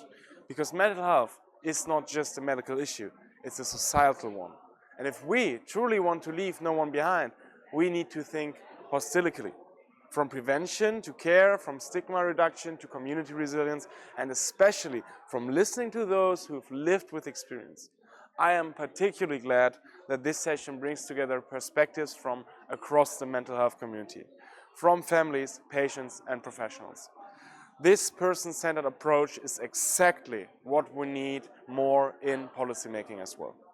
As members of the European Parliament, we are increasingly aware that mental health must be a priority, not only in health policy, but across all areas: education, employment, digital policy, and youth engagement. You have our support in pushing forward this agenda, and I want to thank all of you, not only for your expertise, but for your commitment to building a Europe where mental health, well-being is taken seriously and where seeking help is never seen as weakness. I hope that your discussions today will inspire concrete action, stronger cooperation, and innovative solutions. Thank you very much, and I hope to join you in person next time.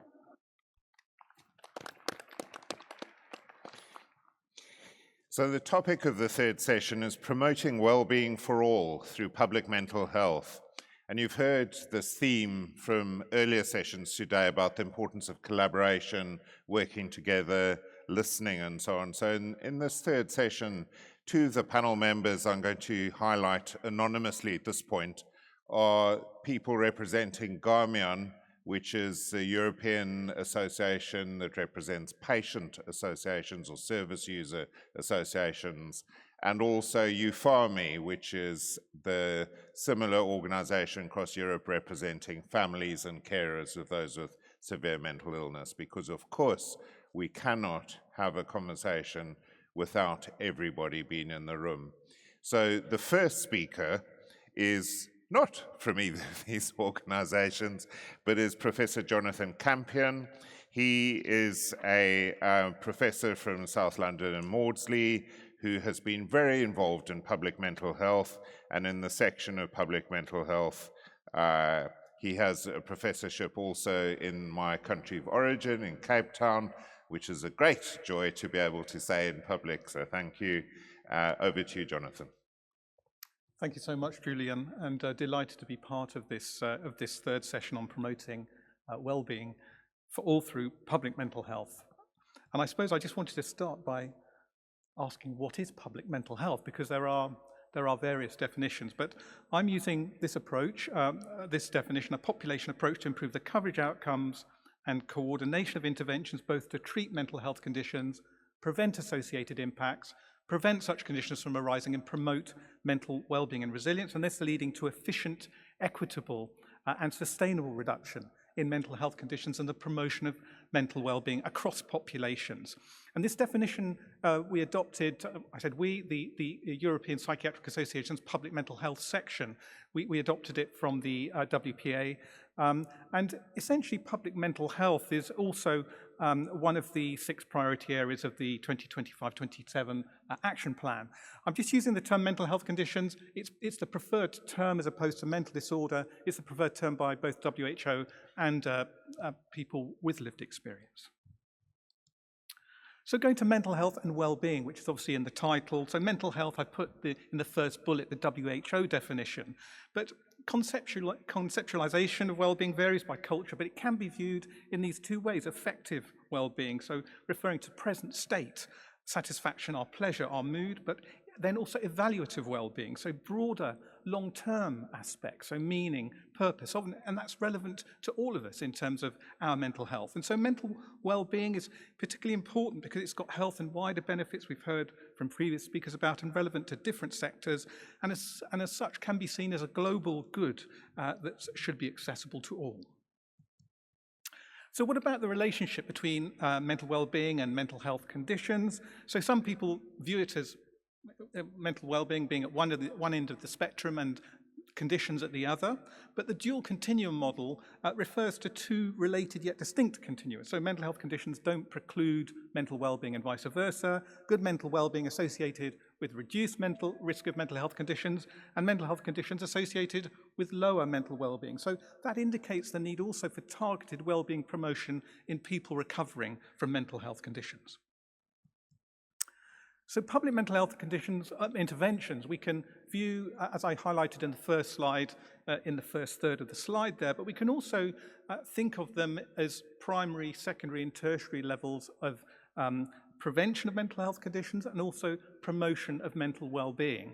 And for each level, we need to be thinking about more targeted approaches for groups at higher risk, both of mental health conditions and poor mental well-being, to prevent the widening of inequalities.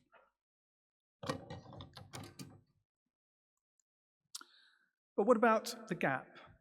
So we've got evidence-based interventions, but the reality, which is pertinent to the title of this morning's forum, is that most people are left behind. Only a minority of people with mental health conditions except psychosis across the 53 countries of the European region receive any treatment, and there's wide variation between countries. There's much less coverage of effective treatment, far lower coverage in low-middle income countries, even less coverage of interventions to prevent associated impacts, such as premature mortality, we heard in the last session, and negligible coverage of interventions to prevent mental health conditions and the promotion of well-being and resilience.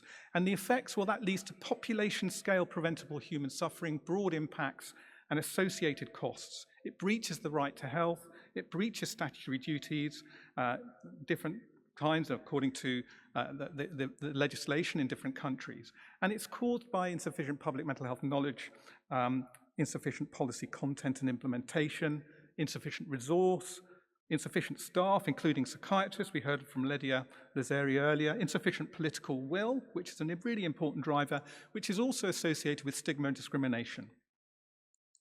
So my last slide is actions to address this gap. And I think firstly, in the top left, it's really important to be making the case. So coordinated advocacy with leadership from different sectors and people with lived experience. The use of the assessment or public mental health needs assessment. What is the gap, the size of the gap of both treatment, prevention, promotion across the region, different countries? And then the economics. What's the cost of the gap? What's the economic benefits from improved implementation?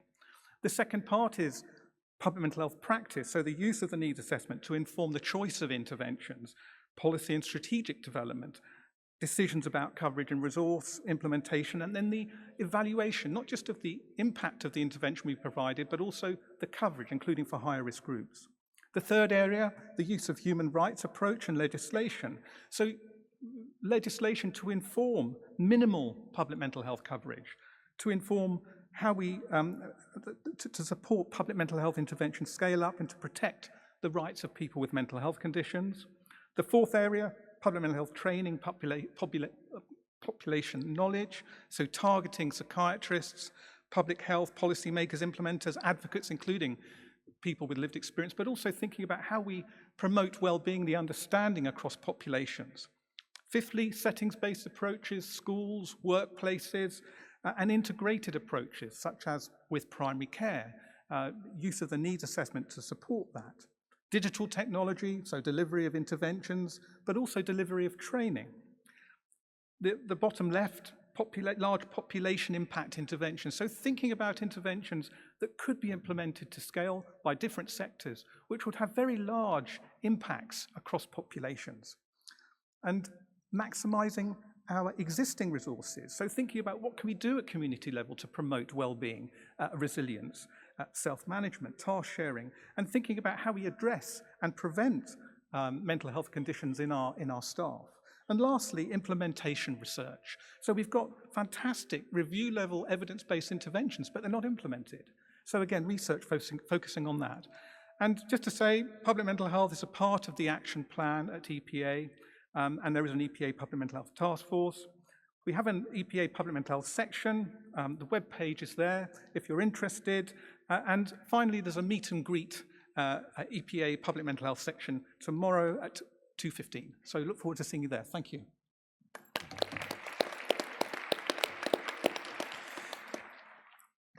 Thank you very much, Professor Campion.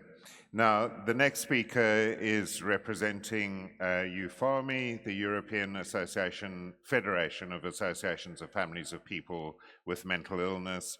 She is Professor Konradsson-Geuken, and she is a professor of pharmacology at the University of Uppsala in Sweden. I wanted to add also regarding EUFAMI and GARMIAN and the importance of collaboration as the EPA, we believe that talking is a first step, and it's an important first step, but action is even more important. And in terms of action, the EPA now includes EUFAMI and GARMIAN as organizations represented through their presidents as full voting members of our board, because action counts more than just words. So, Vojtěch, over to you. Thank you very much for that kind introduction, and I would like to start with thanking for including EUFAMI in this forum. The results from the international survey-based project Value of Care was reported in 2020.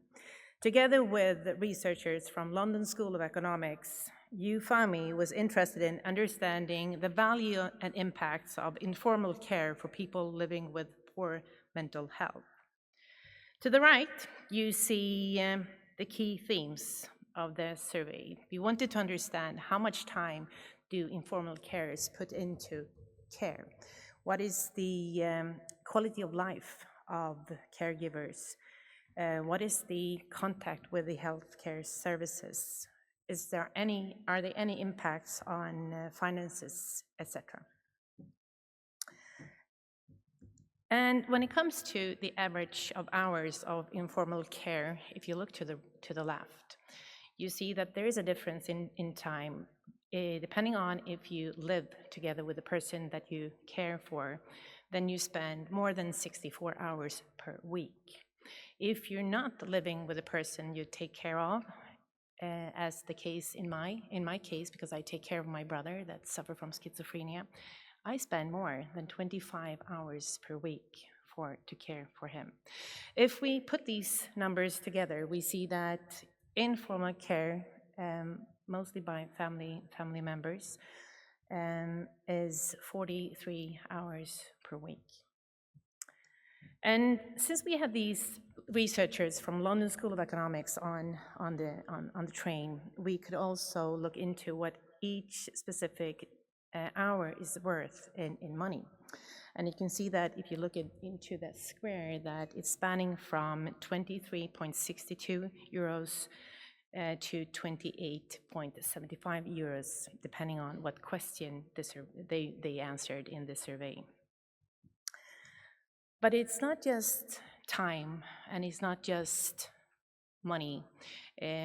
Being a caregiver impacts life and health.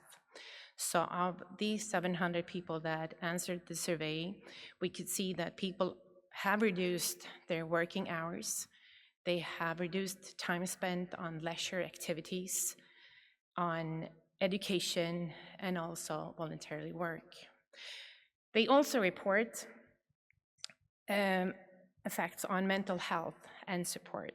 So 27% of the people that answered our survey report that they are diagnosed with depression and/or anxiety.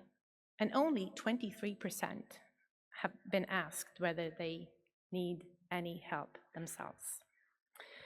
40% report reduced quality of life since your beloved one got sick. And many people from the survey report feelings of loneliness. Family members should be essential partners in care. Even if we have looked now into the bad numbers or horrible numbers, we want to be involved. Families really want to contribute to recovery. Families hold unique knowledge about the person, and families are a long-term resource in care. So what is needed? We need inclusive and collaborative care, a care model that actively includes family members, involvement in referral and diagnostic processes, participation in care planning, recovery and follow-up, and accessible and responsive support, and easy and timely access to mental health professionals. See the family, support them, and include them as partners in care. Thank you very much.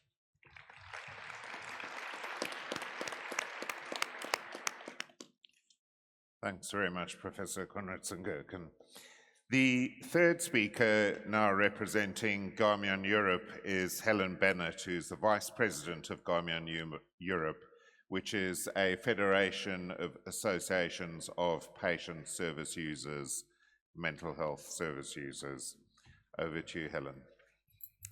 Good morning, everybody. It's a privilege to be here on behalf of Garmian Europe and those with a lived experience.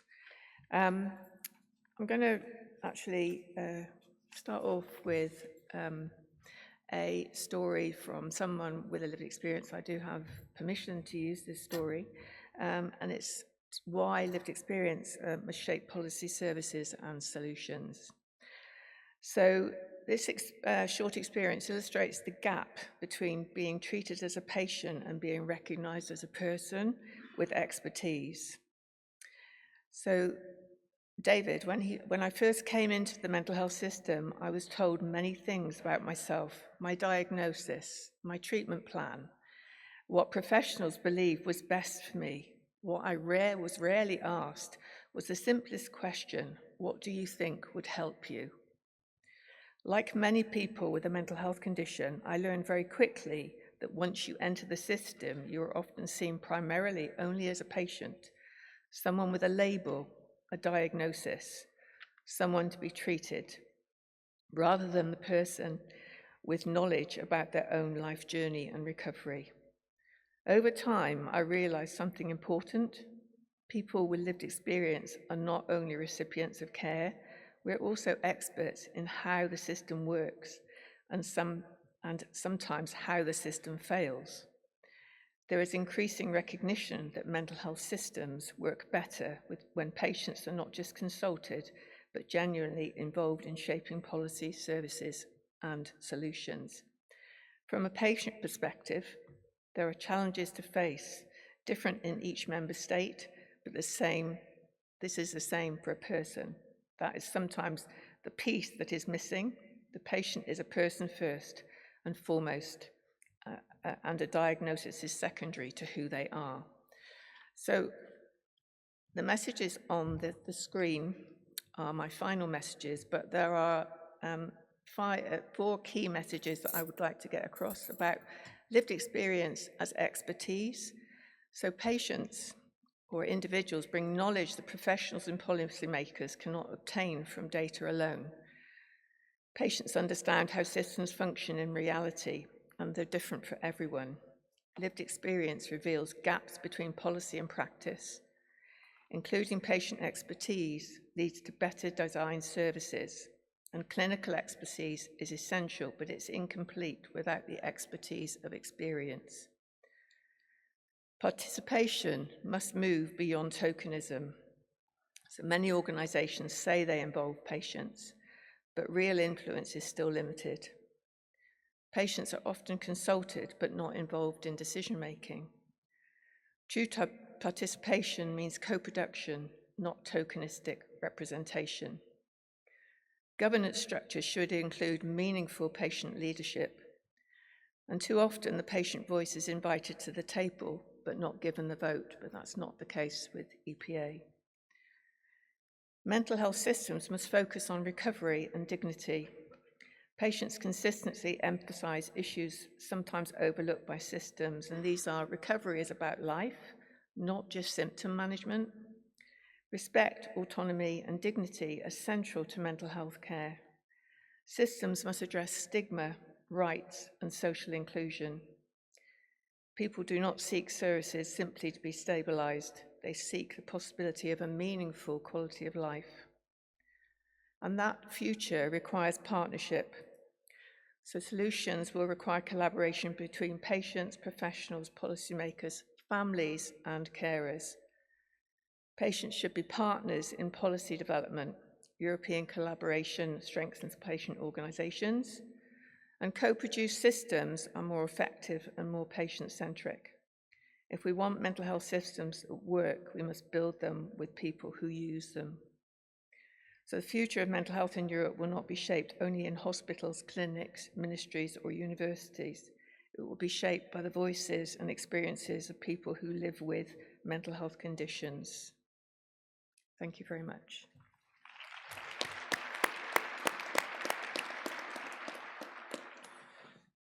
Thanks very much, Helen Bennett, and thank you especially for making the point about tokenistic representation. We've too often seen these scenarios where organizations, mental health organizations, hospitals and so on, say, yes, it's a great idea, let's hear the voice of people with lived experience. And then as soon as that voice says something that they don't like, they dispose of the token representation. So that is such an important issue, cannot be tokenistic. The final speaker in the panel who will say a few words is John Francis Leader, who's the Vice President of the European Federation of Psychologists Associations. So we have now covered a lot of the different stakeholders in the mental health sphere. The one gap, interestingly, that we don't have on the stage today, for which I apologize, is representing of psychiatric nurses and social workers, or indeed occupational therapists. So there are others that are not here, but very much the intention is to be part of the conversation, and you will hear from some of those groups during this conference. John Francis. Thank you very much for that warm introduction, and I just think that this initiative that we're doing here is critically important, and a big credit to the European Psychiatric Association for maintaining this tradition. I think it's much more than a conversation. I like to see it as a workshop. I was saying that to Julian earlier. It's hard to plan actually what happens in these conversations, and that's what we want, because certainly for me, it gives me fuel for the year ahead and thinking about some of the practical actions that we take. The emphasis, the core point I think I would like to make centers on this theme of co-creation to achieve integrated public mental health, working together essentially. And I think the central point I'd like to make within that is that we have many of the structures and the resources that we need. Doesn't mean we don't need more funding, doesn't mean that there isn't a lot that can still be achieved and accomplished and brought into being, but actually a huge amount already exists. And in order to expand that a little bit, I'm going to lean into a recurring theme in today's discussion, which is digitalization and its technology. Now, sometimes when we talk about technology, there can be a sense of, do we have to talk about technology all the time? Can we not actually just talk about day-to-day life and experience? But I think we've increasingly reached a realization that just as the mind-body divide is a little bit of an artificial one, still necessary language sometimes to emphasize distinctions. In the same way, the idea of technology and non-technology is a bit artificial. Really, as long as human beings have existed, we have used our environment in technologically mediated ways, and that really is going to continue to be the case. We have an interesting and relevant new chapter with digitalization and increasingly artificial intelligence, but it's really in our nature to technologize in some shape or form. So while it may be true that technology is relevant because we're spending time on social media, it's also true that even if we are active in our communities, we're going to a dance class or a sports club, we're often arranging that through technology. We're learning about it via those tools. So technology isn't really the point. If you're using your pen, which is technology, old-fashioned now, it's what you write that matters more than perhaps the pen itself, but of course you need the pen. So I think this is the era that we're in more and more. So I think the opportunity here is that what technology has done, for good and for bad, is it has started to give us a language or some metrics or some frameworks or systems for thinking about the determinants of mental health.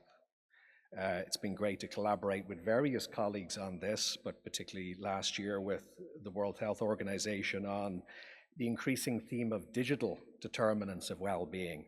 But again, these determinants aren't digital or non-digital. Often this is just the anchor point from which the conversation happens.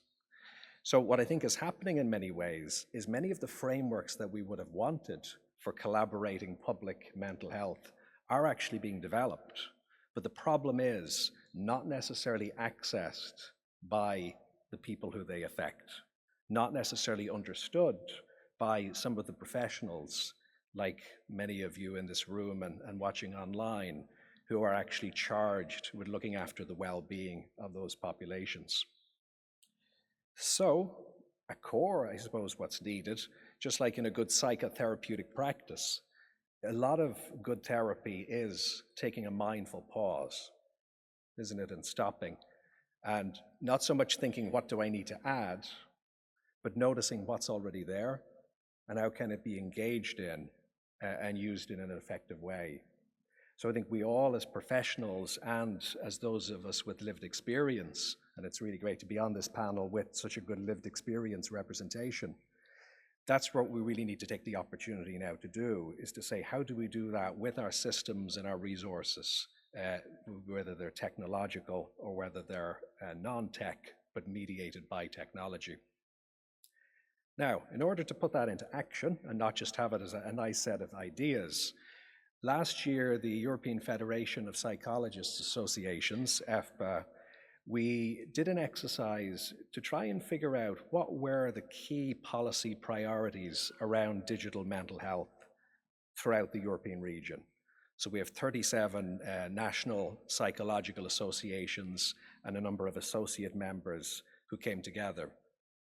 And we did it as a blinded process. So not that they spoke to each other, but that independently they used their expertise and their consultation with local national lived experience to say, what are the key priorities really that we want to emphasize? So I just want to finish by sharing the 6 priorities that emerged from that process, and to suggest that these may be, I suppose, aids for all of us in a way of staying focused on what can be a very complex topic with many different aspects, but that can maybe pin it down to some practical actions that we can all work on. So one was the co-production of regulation. So clearly we need the voices of lived experience and professional expertise in creating the regulatory frameworks. And if you've been watching the news, this is happening. We see that, for example, the AI Act looks at risks and stratifies them, but the Digital Services Act in particularly, we see the European Commission actively looking at that and using it as a framework for essentially public mental health. And that's interesting because a space has been created there that we need to step into as practitioners, and people with lived experience need to be there to recognize the gap that's been created. People-centered development then is essential because the regulatory frame is only part of it, it's the container. But then how do technologists actually develop the tools that they're developing? And of course, we're doing sometimes good work within psychiatry, psychology, many healthcare professions of developing, let's say, an e-health tool. But what about just the regular technological tools that the average person is using? We need to be able to meet people where they're at, rather than just have something in addition to that. Transparency and controllability is another massive theme that's emerging. So the problem is often we just don't have access to the metrics around those digital determinants. So I mean, such a simple solution in a way would be a dashboard around our online use, for example, that actually shows the algorithm, shows what it's feeding, gives the dashboard and gives that information. And if you go to your practitioner and your practitioner says, "Can I look at your search history?" You might be scared by that idea, but the funny thing is often we don't know our own data, our practitioner doesn't, but maybe the marketing company does. And that's a strange position to be in. So there's arguments as to how much or how little data that we want, and I think there's merits to both of them, but really what we do need to say is, to the extent that data exists, it needs to be accessible to those who are affected by it, and they need to be empowered. Also important, navigable digital determinants. Even if we build a safe building, it's important that what happens within the rooms of it are safe. So things like fraud and misinformation have a huge potential impact on mental health and well-being. And then the final point is on enhancing, not replacing what's already there. So it's not about, and we have to be careful with this, that we don't have an app that everybody is sent to, and then we don't actually resource the practitioners, et cetera, and the research that's needed. But of course, as part of a system, sometimes those tools can help to be useful pathways to connect people to the supports they need. So I'll end there, but really very happy to be part of this conversation and looking forward to collaborating with you to really focus on this theme of co-creating integrated public mental health. Thank you.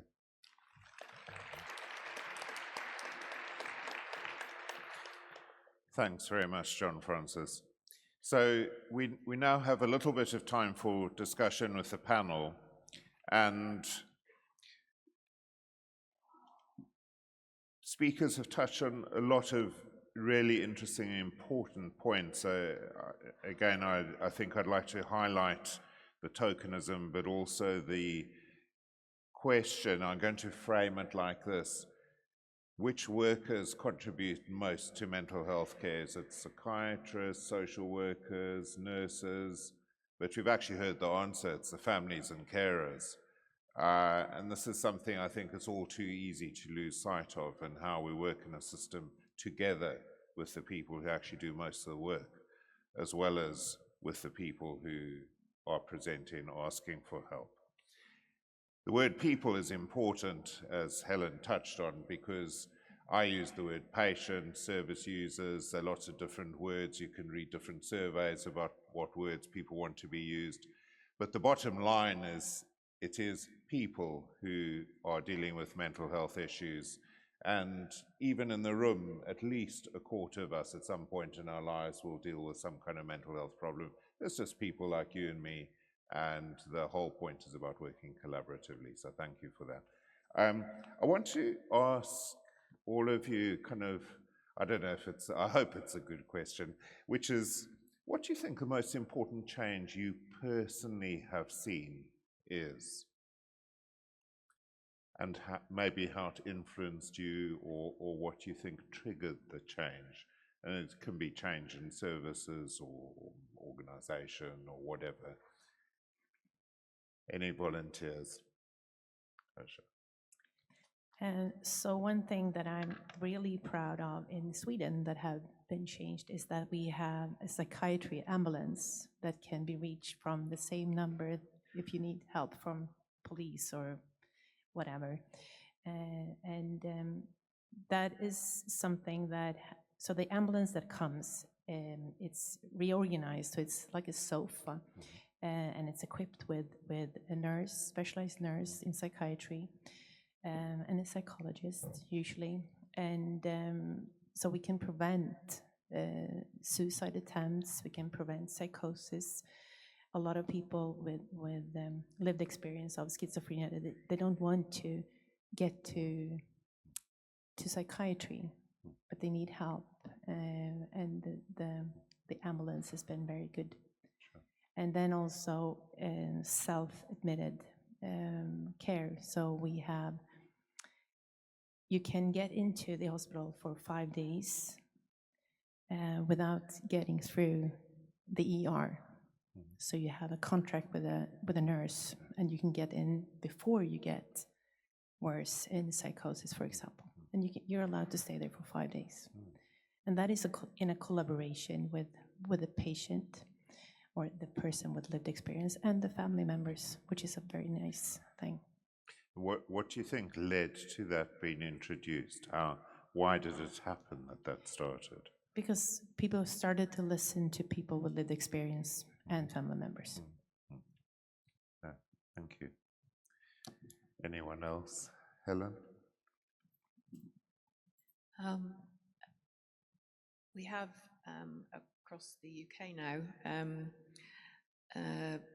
places called sanctuaries, or which actually are usually run by non-governmental organisations, and so individuals can go there in crisis, are met with some individuals who have a lived experience and other workers. These are out of hours, which is often when things go wrong. Families can also ring and get support, and individuals can go there so that actually they may not need to touch secondary mental health services, because often there are life events that occur that they may be turned away from secondary services because they're not seen as a mental health issue, but actually for the individuals it's impacting their mental health. And so those are available in many areas across the UK now, and have made quite a difference to how things are, to secondary care services and to emergency services. Do you have a sense of how those came to be created? Why were they created? I was particularly involved with some of these things, and it was a collaboration between health services, patient organisations, the police, local authorities, and it was individuals were being turned away on numerous occasions because they didn't meet the criteria. So the idea came up that this would be really useful, particularly out of hours. And we now have them for young people as well. And that's in collaboration with children and adolescent mental health services. So, and that's how it came about really, that it's going away without a solution. And so things escalate, which then does increase issues. And they may well need to get to secondary mental health care, but it's actually dealing with things on the ground when they happen. So I think there's a really important point about dealing with things early, which helps prevent, but also how one deals with this issue of having services that have a fixed resource in terms of staff, for instance, so they, because of the demand, they then put in a position where they have to turn people away because they don't meet criteria or whatever, which always feels horrible for the person concerned, but may just reflect a resource issue. So it's one way of trying to address that issue, which is nice. Jonathan, any thoughts on that? Thank you.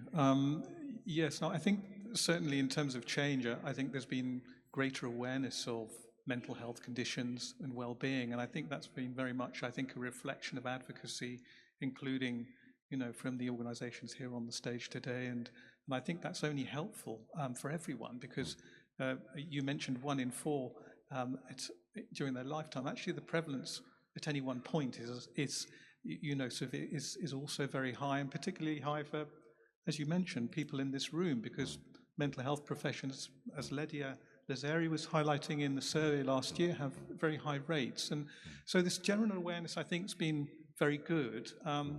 I think also awareness of the implementation failure and also the reasons for that. And a lot of those, I think, if we're sort of stepping back and really wondering, well, what is the main reason? Actually, it's political decisions, isn't it? And I think that is also leading to, I think, perhaps more focused advocacy as well in terms of key decision makers, which I think is also very welcome. Politicians now also being more open about that. And I think this more general awareness that it's not just mental health, it's broader impacts across different sectors. And I think that awareness, I think is extremely welcome. I was just also remembering when you asked the question, the UN high-level meeting at the end and the associated declaration on non-communicable disease and mental health, and really highlighting the importance for governments to really address this issue, not only by better provision of intervention at the right time, but also more upstream interventions to prevent mental health conditions. You mentioned you mentioned that, but that earlier opportunity to address and to promote well-being and resilience. And lastly, I remember when I was working at policy level, sometimes the ministers would rather glaze over when I was referring to systematic reviews and meta-analyses. But actually, when you tell a real life story of someone's experience that I think most people can relate to, because each family is affected. Every family is affected. So I think that personal communication can also have, I think, is now more open, I think, in a way that it was not perhaps a few years ago. So thanks. Thank you. John Francis. Yeah, I may just briefly pick up on that point of really a success story in many ways in terms of really policy taking these topics seriously. And it's always a tricky balance in some ways, because we want to emphasize mental health, but at the same time, we don't want mental health to be extracted and separated from all of its determinants. So that's a little bit of a confusing message, I think, sometimes from a policy position. And probably what we want is both. And actually using the example of the UN work, if we think about the General Assembly in September last year, you had a resolution with mental health in the title. Took a while to get through because of some objections, but it did get there. But you also had then so many social determinants focused on, like the start of the UN dialogue on global AI governance, for example. And I think that sort of two-level approach is exactly what we want. We need to keep the branding there for mental health so it's not forgotten about as an important priority, but we also need to be able to break it down into actually practical, implementable topic areas that people can imagine and relate to, the policymakers can too. So I think that's helpful in terms of the framework for going forward that's happening. So that's definitely been something of a success story, and I think something we want to continue with. But the key theme, again, to re-emphasize is really the co-creation. Not that it sits there, but those of us here actually do something with that then.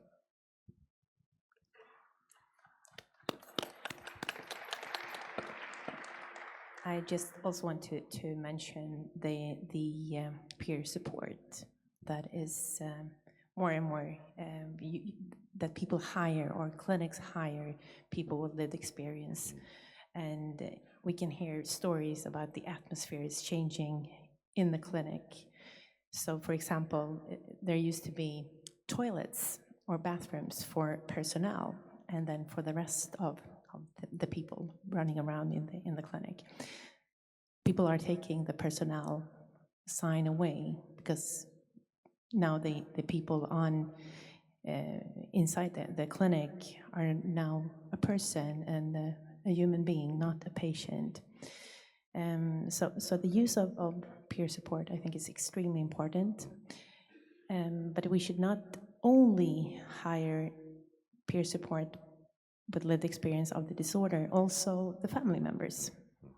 So we can, because if I would have met a person that know exactly what it is to go through as a family member when your beloved one get the diagnosed schizophrenia, if I would have known that there is a life worth living, both with the disorder and around the disorder, I would have been so happy. So I think that is something that we could use more and hire more peer supports, the experts. Absolutely. Thank you.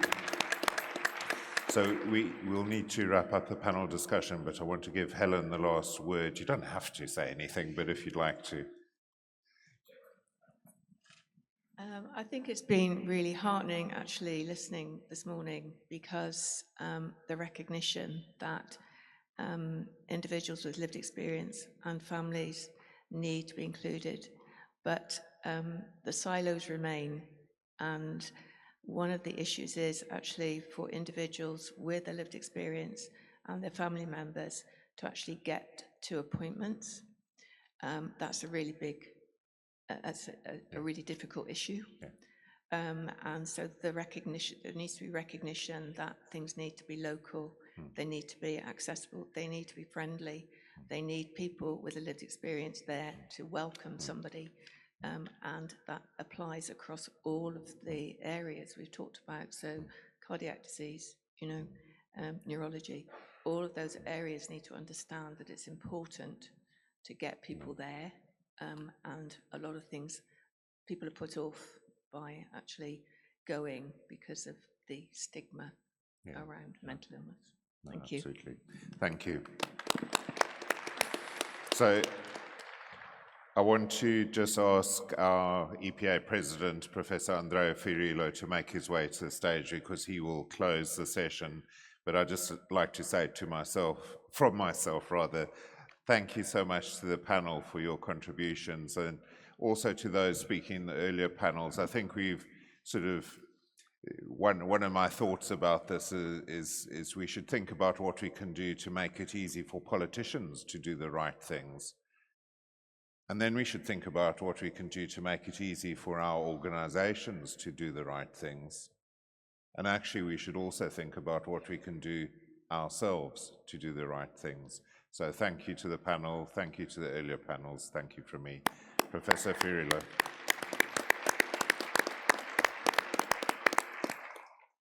Well, thank you, Julian. As I said in my opening, the best moderator in town, so thanks a lot for your extra work along these 3 sessions. Thanks to all the panelists who came this morning, and thanks to all of you, those who are here in presence and those who are online. I think this forum went particularly well. I think very I learned a lot. I generated new ideas, strategic actions and plans. We did it together, together with the policymakers, together with the other associations, together with other professionals, together with people with lived experience and with family members. So just a few final words. I think that what is important that we are not alone. So collaboration is crucial, is the key. We shouldn't feeling that people are left alone. So this is one point. Second one is that we as psychiatrists and mental health professionals should move away from our desk. This is something that has been told this morning. So I think that we should go where we know that the mental health is at risk. We should move and go to school, to the job, to the positions where we know that there is some people who is suffering now or in the future. So prevention and public approach are now essential. Third, that we should raise our voice. All together we are stronger, and I think that we can really let us heard. This has been done last week in Brussels with the European Academy of Neurology, the European Brain Mission, the Brain Week. We are doing it now, and I think that every day we should work. We shouldn't wait for the World Mental Health Day or whatever, but every day is our day, because I think that the final message from my side is that the time of action is now. So we should do now. We don't have any more time, 15 years, 20 years, 40 years. People with mental health problems is still suffering, and I think that it's not only clinical challenge, but is ethical for us to intervene now. So thank you very much for being with us today, and enjoy the Congress.